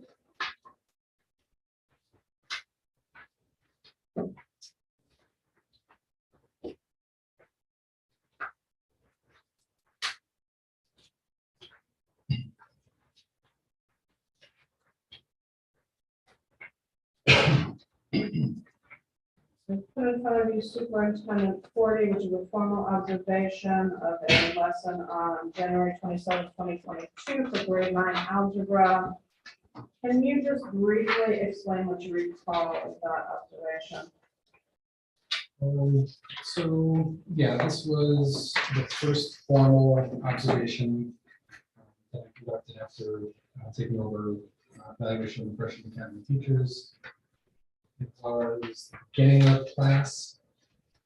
So that formal observation, we meet the teacher beforehand. So I met with Mr. Macias, we talked about what the lesson would look like, and he explained to me what the beginning of the class looks like, and all again, it's in his pre-observation form too. And I generally saw what he's told me to expect, which is that the students have more freedom towards the beginning of the class. They're expected to converse with each other, but let's say more the nature of any discussions that were going on, they were not tied. Many of the discussions that students were having were not tied to instruction, to the learning, to the curriculum. It's more just a conversation. And how many students were in the class that day? 13. And did you notice a lot of students off task? Yes. recorded some of them, two students talking, so that, you know, we're trying to identify the time exactly that we're observing and to do that count or for what specific students. And for 12, two students were talking, were rapidly on cell phones, and another round of 12, 19, three of the students were still on their phones. Not just other students now or different students, it was the same three, it was not addressed at any point. 12. And is that why you gave him a 2 for appropriate standards of behavior?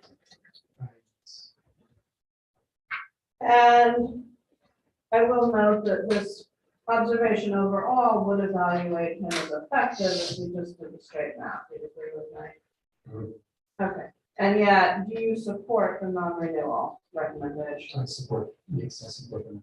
And why is that?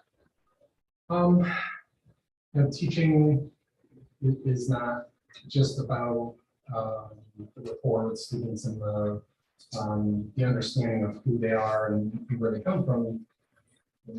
It comes down to instructional time, learning time for students, and significant losses of learning time for either an individual student who is not being held accountable for that to engage them, or the whole number of students that I can see in the classroom. So some of the instruction, you know, was there was evidence of it in these other parts of the domains, but that in particular leads to, regardless of planning or the delivery, if students aren't engaged and they're not listening, they're not. And this was a specific lesson where he had to pre-plan in order to meet with you before this. And he knew that you were going to be in the classroom at this particular time. And do you have an interaction with Mr. Macias the day that he was informed that he was being recommended for non-renewal? I did. And can you describe that for me?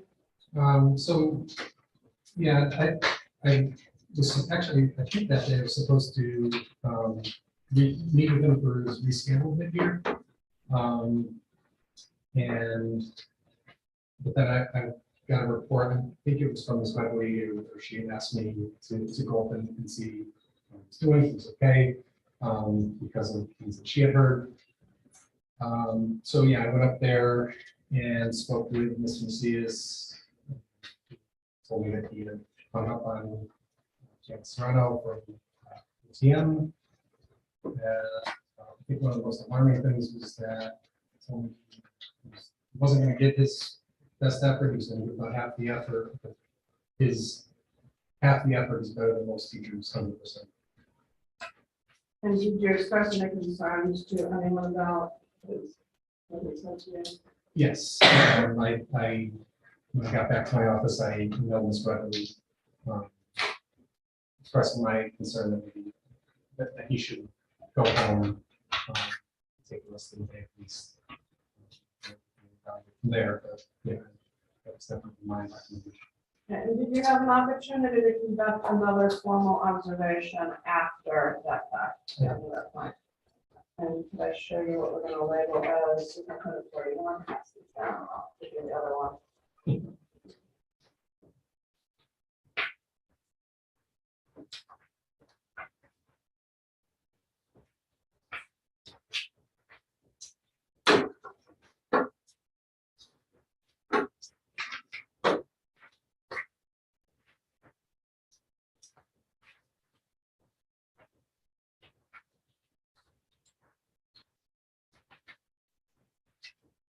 So S41 is an observation from May 19th, 2022, and can you explain what you saw in that observation? So this timeline, so this, because I had seen the beginning of his previous class, when I observed him, I saw more the middle to the end of this one. I saw pretty much the same issues when it came to disengagement from students. I did see some engagement, But there were still, when you see students who aren't engaged and it's not being addressed, it's. We've seen it the time before, that it appears that there's not really much growth there, at least in terms of taking responsibility for that and making sure that that you're trying to engage those students. If you're turning back to page 1, you need number 2, and needs improvement again for appropriate spending behavior, that's what you was talking about. Yeah. And you also, as you gave number 2 for instructional content, implementing for learning and reading, constructing, and explain why you did have this improvement those.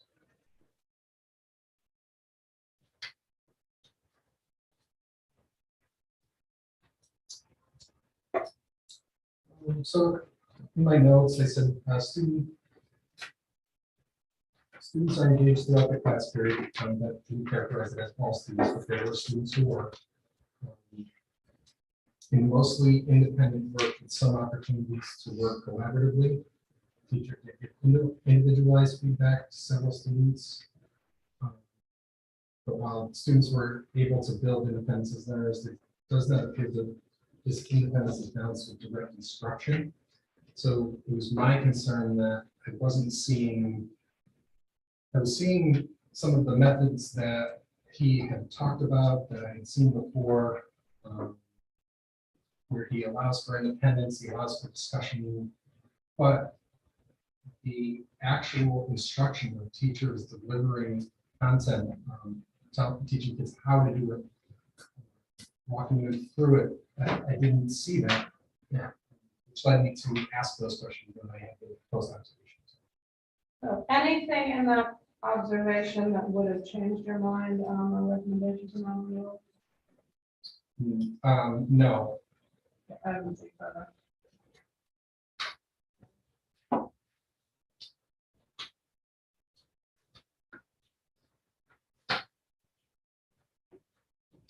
I would like to go back to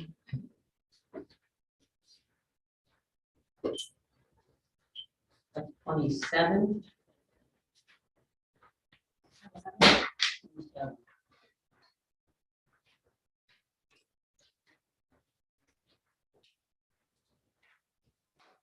Are you, Mr. Macias, the evaluator for this mid-year? I don't think he has it yet, so you gotta hang on to that.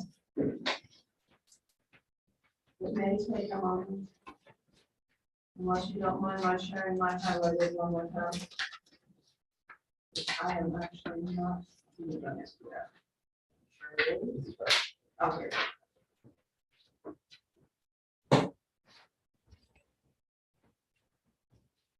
Are you, Mr. Macias, the evaluator for this mid-year self-assessment?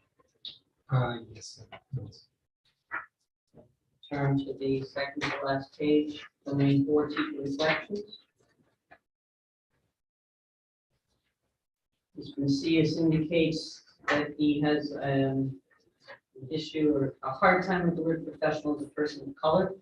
Did you respond to his concerns that were indicated there? No, not something. That's 28. Oh, sorry. 39.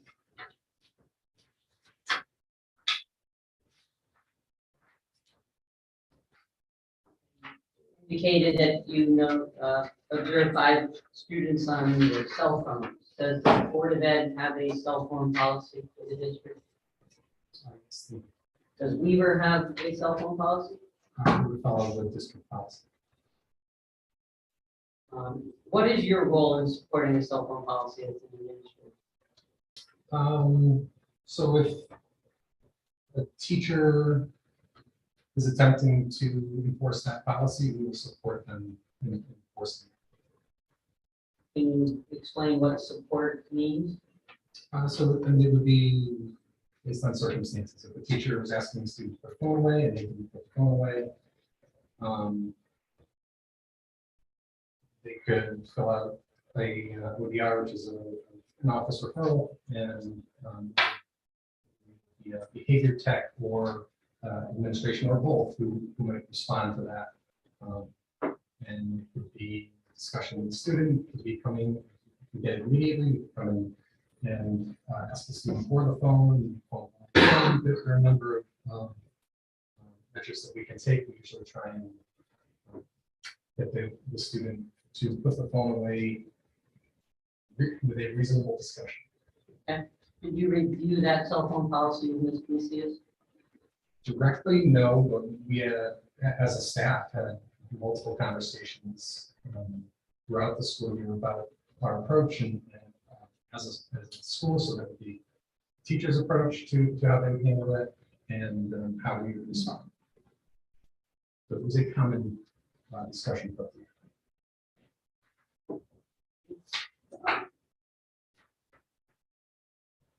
That's 40. Formal observation number 1. I believe the testimony, you already testified that this observation did score as effective, correct? And was there any feedback given at this time with regard to any concern from Mr. Macias? Continue to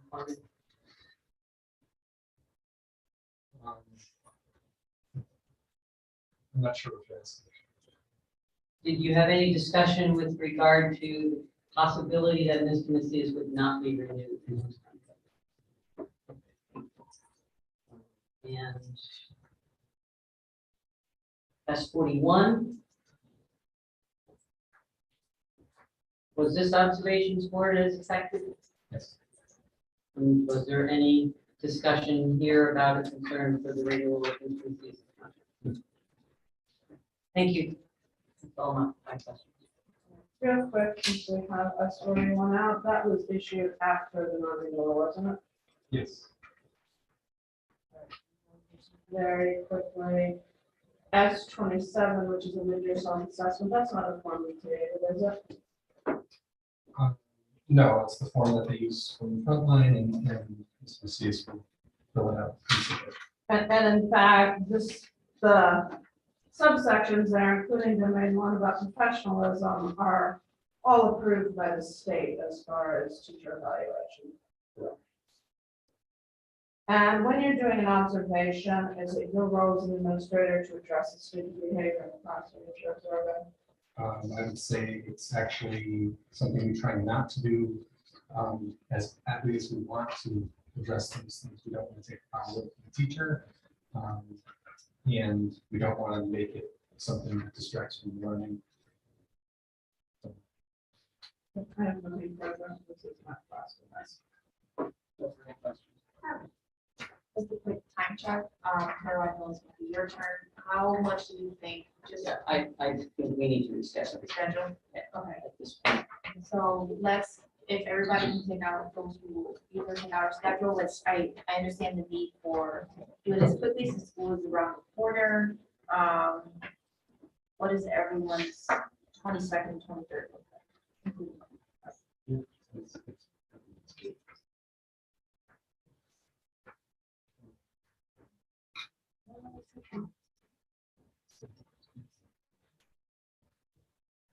I can do 22nd, 23rd, which is a public action, something. Okay, so like 22nd? I'm not available for this one.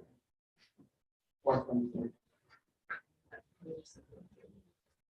So conversation is on the 25th. I know a lot of us will be 24th, No. 26th, No.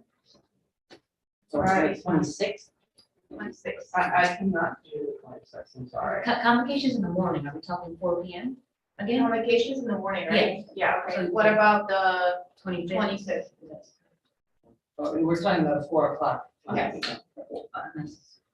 All right, then I would request that we just finish tonight. I hate to request that, but school is starting and I just. And I'm not sure that that would be fair. I haven't had dinner. It's getting late. Well, here's my concern is, it's been, I want to make sure you guys have the same amount of time. So it's been what, like 3 hours, 3.5 hours on your side? That would be 3.5 hours on your side at 7, 8, 9, 10. We're talking about almost 11 o'clock. If we were to use up the 3.5 hours. Actually would, but it still would take us very late, and I think for the interest of giving Mr. Macias his So fair okay. attention with us being present and What date works for you next week? not at 4 o'clock, I don't have. What a- time works best for you? a Earlier? Time? Yeah. So I could do And you can do the 22nd, right? Yes. Okay. time, middle of the day on Tuesday, What's- Wednesday afternoon, Thursday can't do afternoon. Yeah, if I could do You can't do Monday? Monday and book. Okay, Wednesday, how early? Can you do Wednesday? You can't do Wednesday? Are we No, required? I don't think okay, so Wednesday? Wednesday sorry. is, go ahead. Wait, give me a second, Tyrone, please. Can you do Wednesday?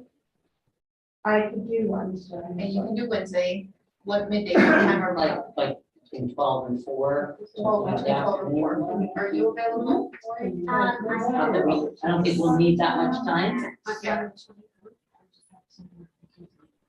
And to at least 12. You can't do 12.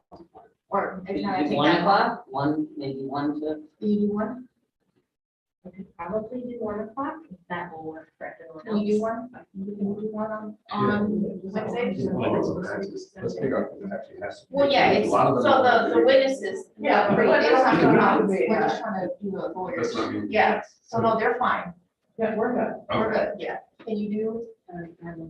Wednesday, okay, so here we go, thank you. So Wednesday at 1 o'clock, meet back here, it'll be the union side, come prepared. Does that sound, I know I hate to push it out, I know school's around the corner, but I want to be here to your side and to everyone's. I appreciate that. Okay. Is that good? Okay, so Wednesday at 1 o'clock. Yep. We'll be here. We'll wrap it up and we'll have a decision. We'll have a decision that you probably brought up. Okay, never mind. My expectation. Never mind, I know, right? Overnight. I know, over to your Top of the deal, requesting that. They want me to, what's the next steps? Well, So how does it actually happen? Sure, so next steps, and I can give you a brief summary, is the parties will finish presenting their cases, right? You don't need this on record. No, thanks. This is just asking. And so, parties would typically then, and we would figure out dates, and again, we understand the timeliness of all of this, so. dates for us, right? Date, right, but before we get there, we'd have to figure out dates, for briefing, that the parties would submit briefs to summarize the position, which is very helpful, I think, Right. for the committee and Yeah. the parties to make their case in a brief. And I'm saying time-wise, we understand that we will be sensitive to the fact that we want to get this done as quickly as possible, right? So I'm not anticipating that we give the parties 60 days to file a brief. It would be much quicker than that, and we can discuss that. When that is done, when that's completed, then we're done with the process. Then it comes down to the subcommittee having to, typically what has happened in the past is the subcommittee picks a day to meet. Special meeting, you are the subcommittee, and you discuss case and what your decision will be and what your recommendation will be. Because you make that recommendation to the full board. And the full board will ultimately have to vote on it. And so we try to do that as quickly as possible. It often requires scheduling a special meeting for the subcommittee. We try to make sure that it falls around a regular meeting, because that's just easier, right? Because we know everyone is available. If we can't do it, then it may be that we would have to schedule a special meeting for the entire board. Okay. So that is the overall process. So that just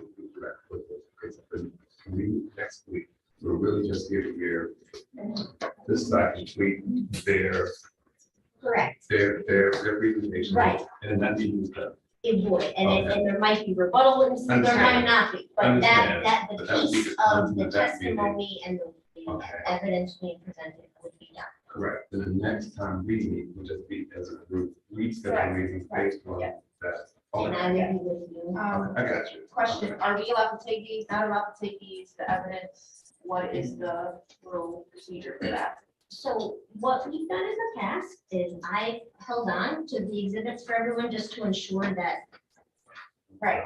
and if you're okay with that, I can certainly do that. If you feel that you'd like to review them in the interim, that's fine too. I just want to make sure that you all have your copies. So we can discuss that. Sounds good.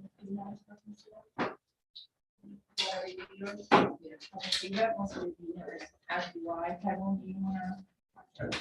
I do, I'm just trying to fit in my head, like the now or between the two and getting that three. Obviously, what I want to reinforce is this is private information. It's not private, it's public meeting, but you know, don't share this. Right. It's just us. Yeah. Is that okay? Yeah, no, my timeline is good. Yeah. All right, everyone good? Thank you for your understanding and willingness to accommodate. Seriously, thank you. Yeah. Okay, guys, give us a We're- little- we're- Here's a-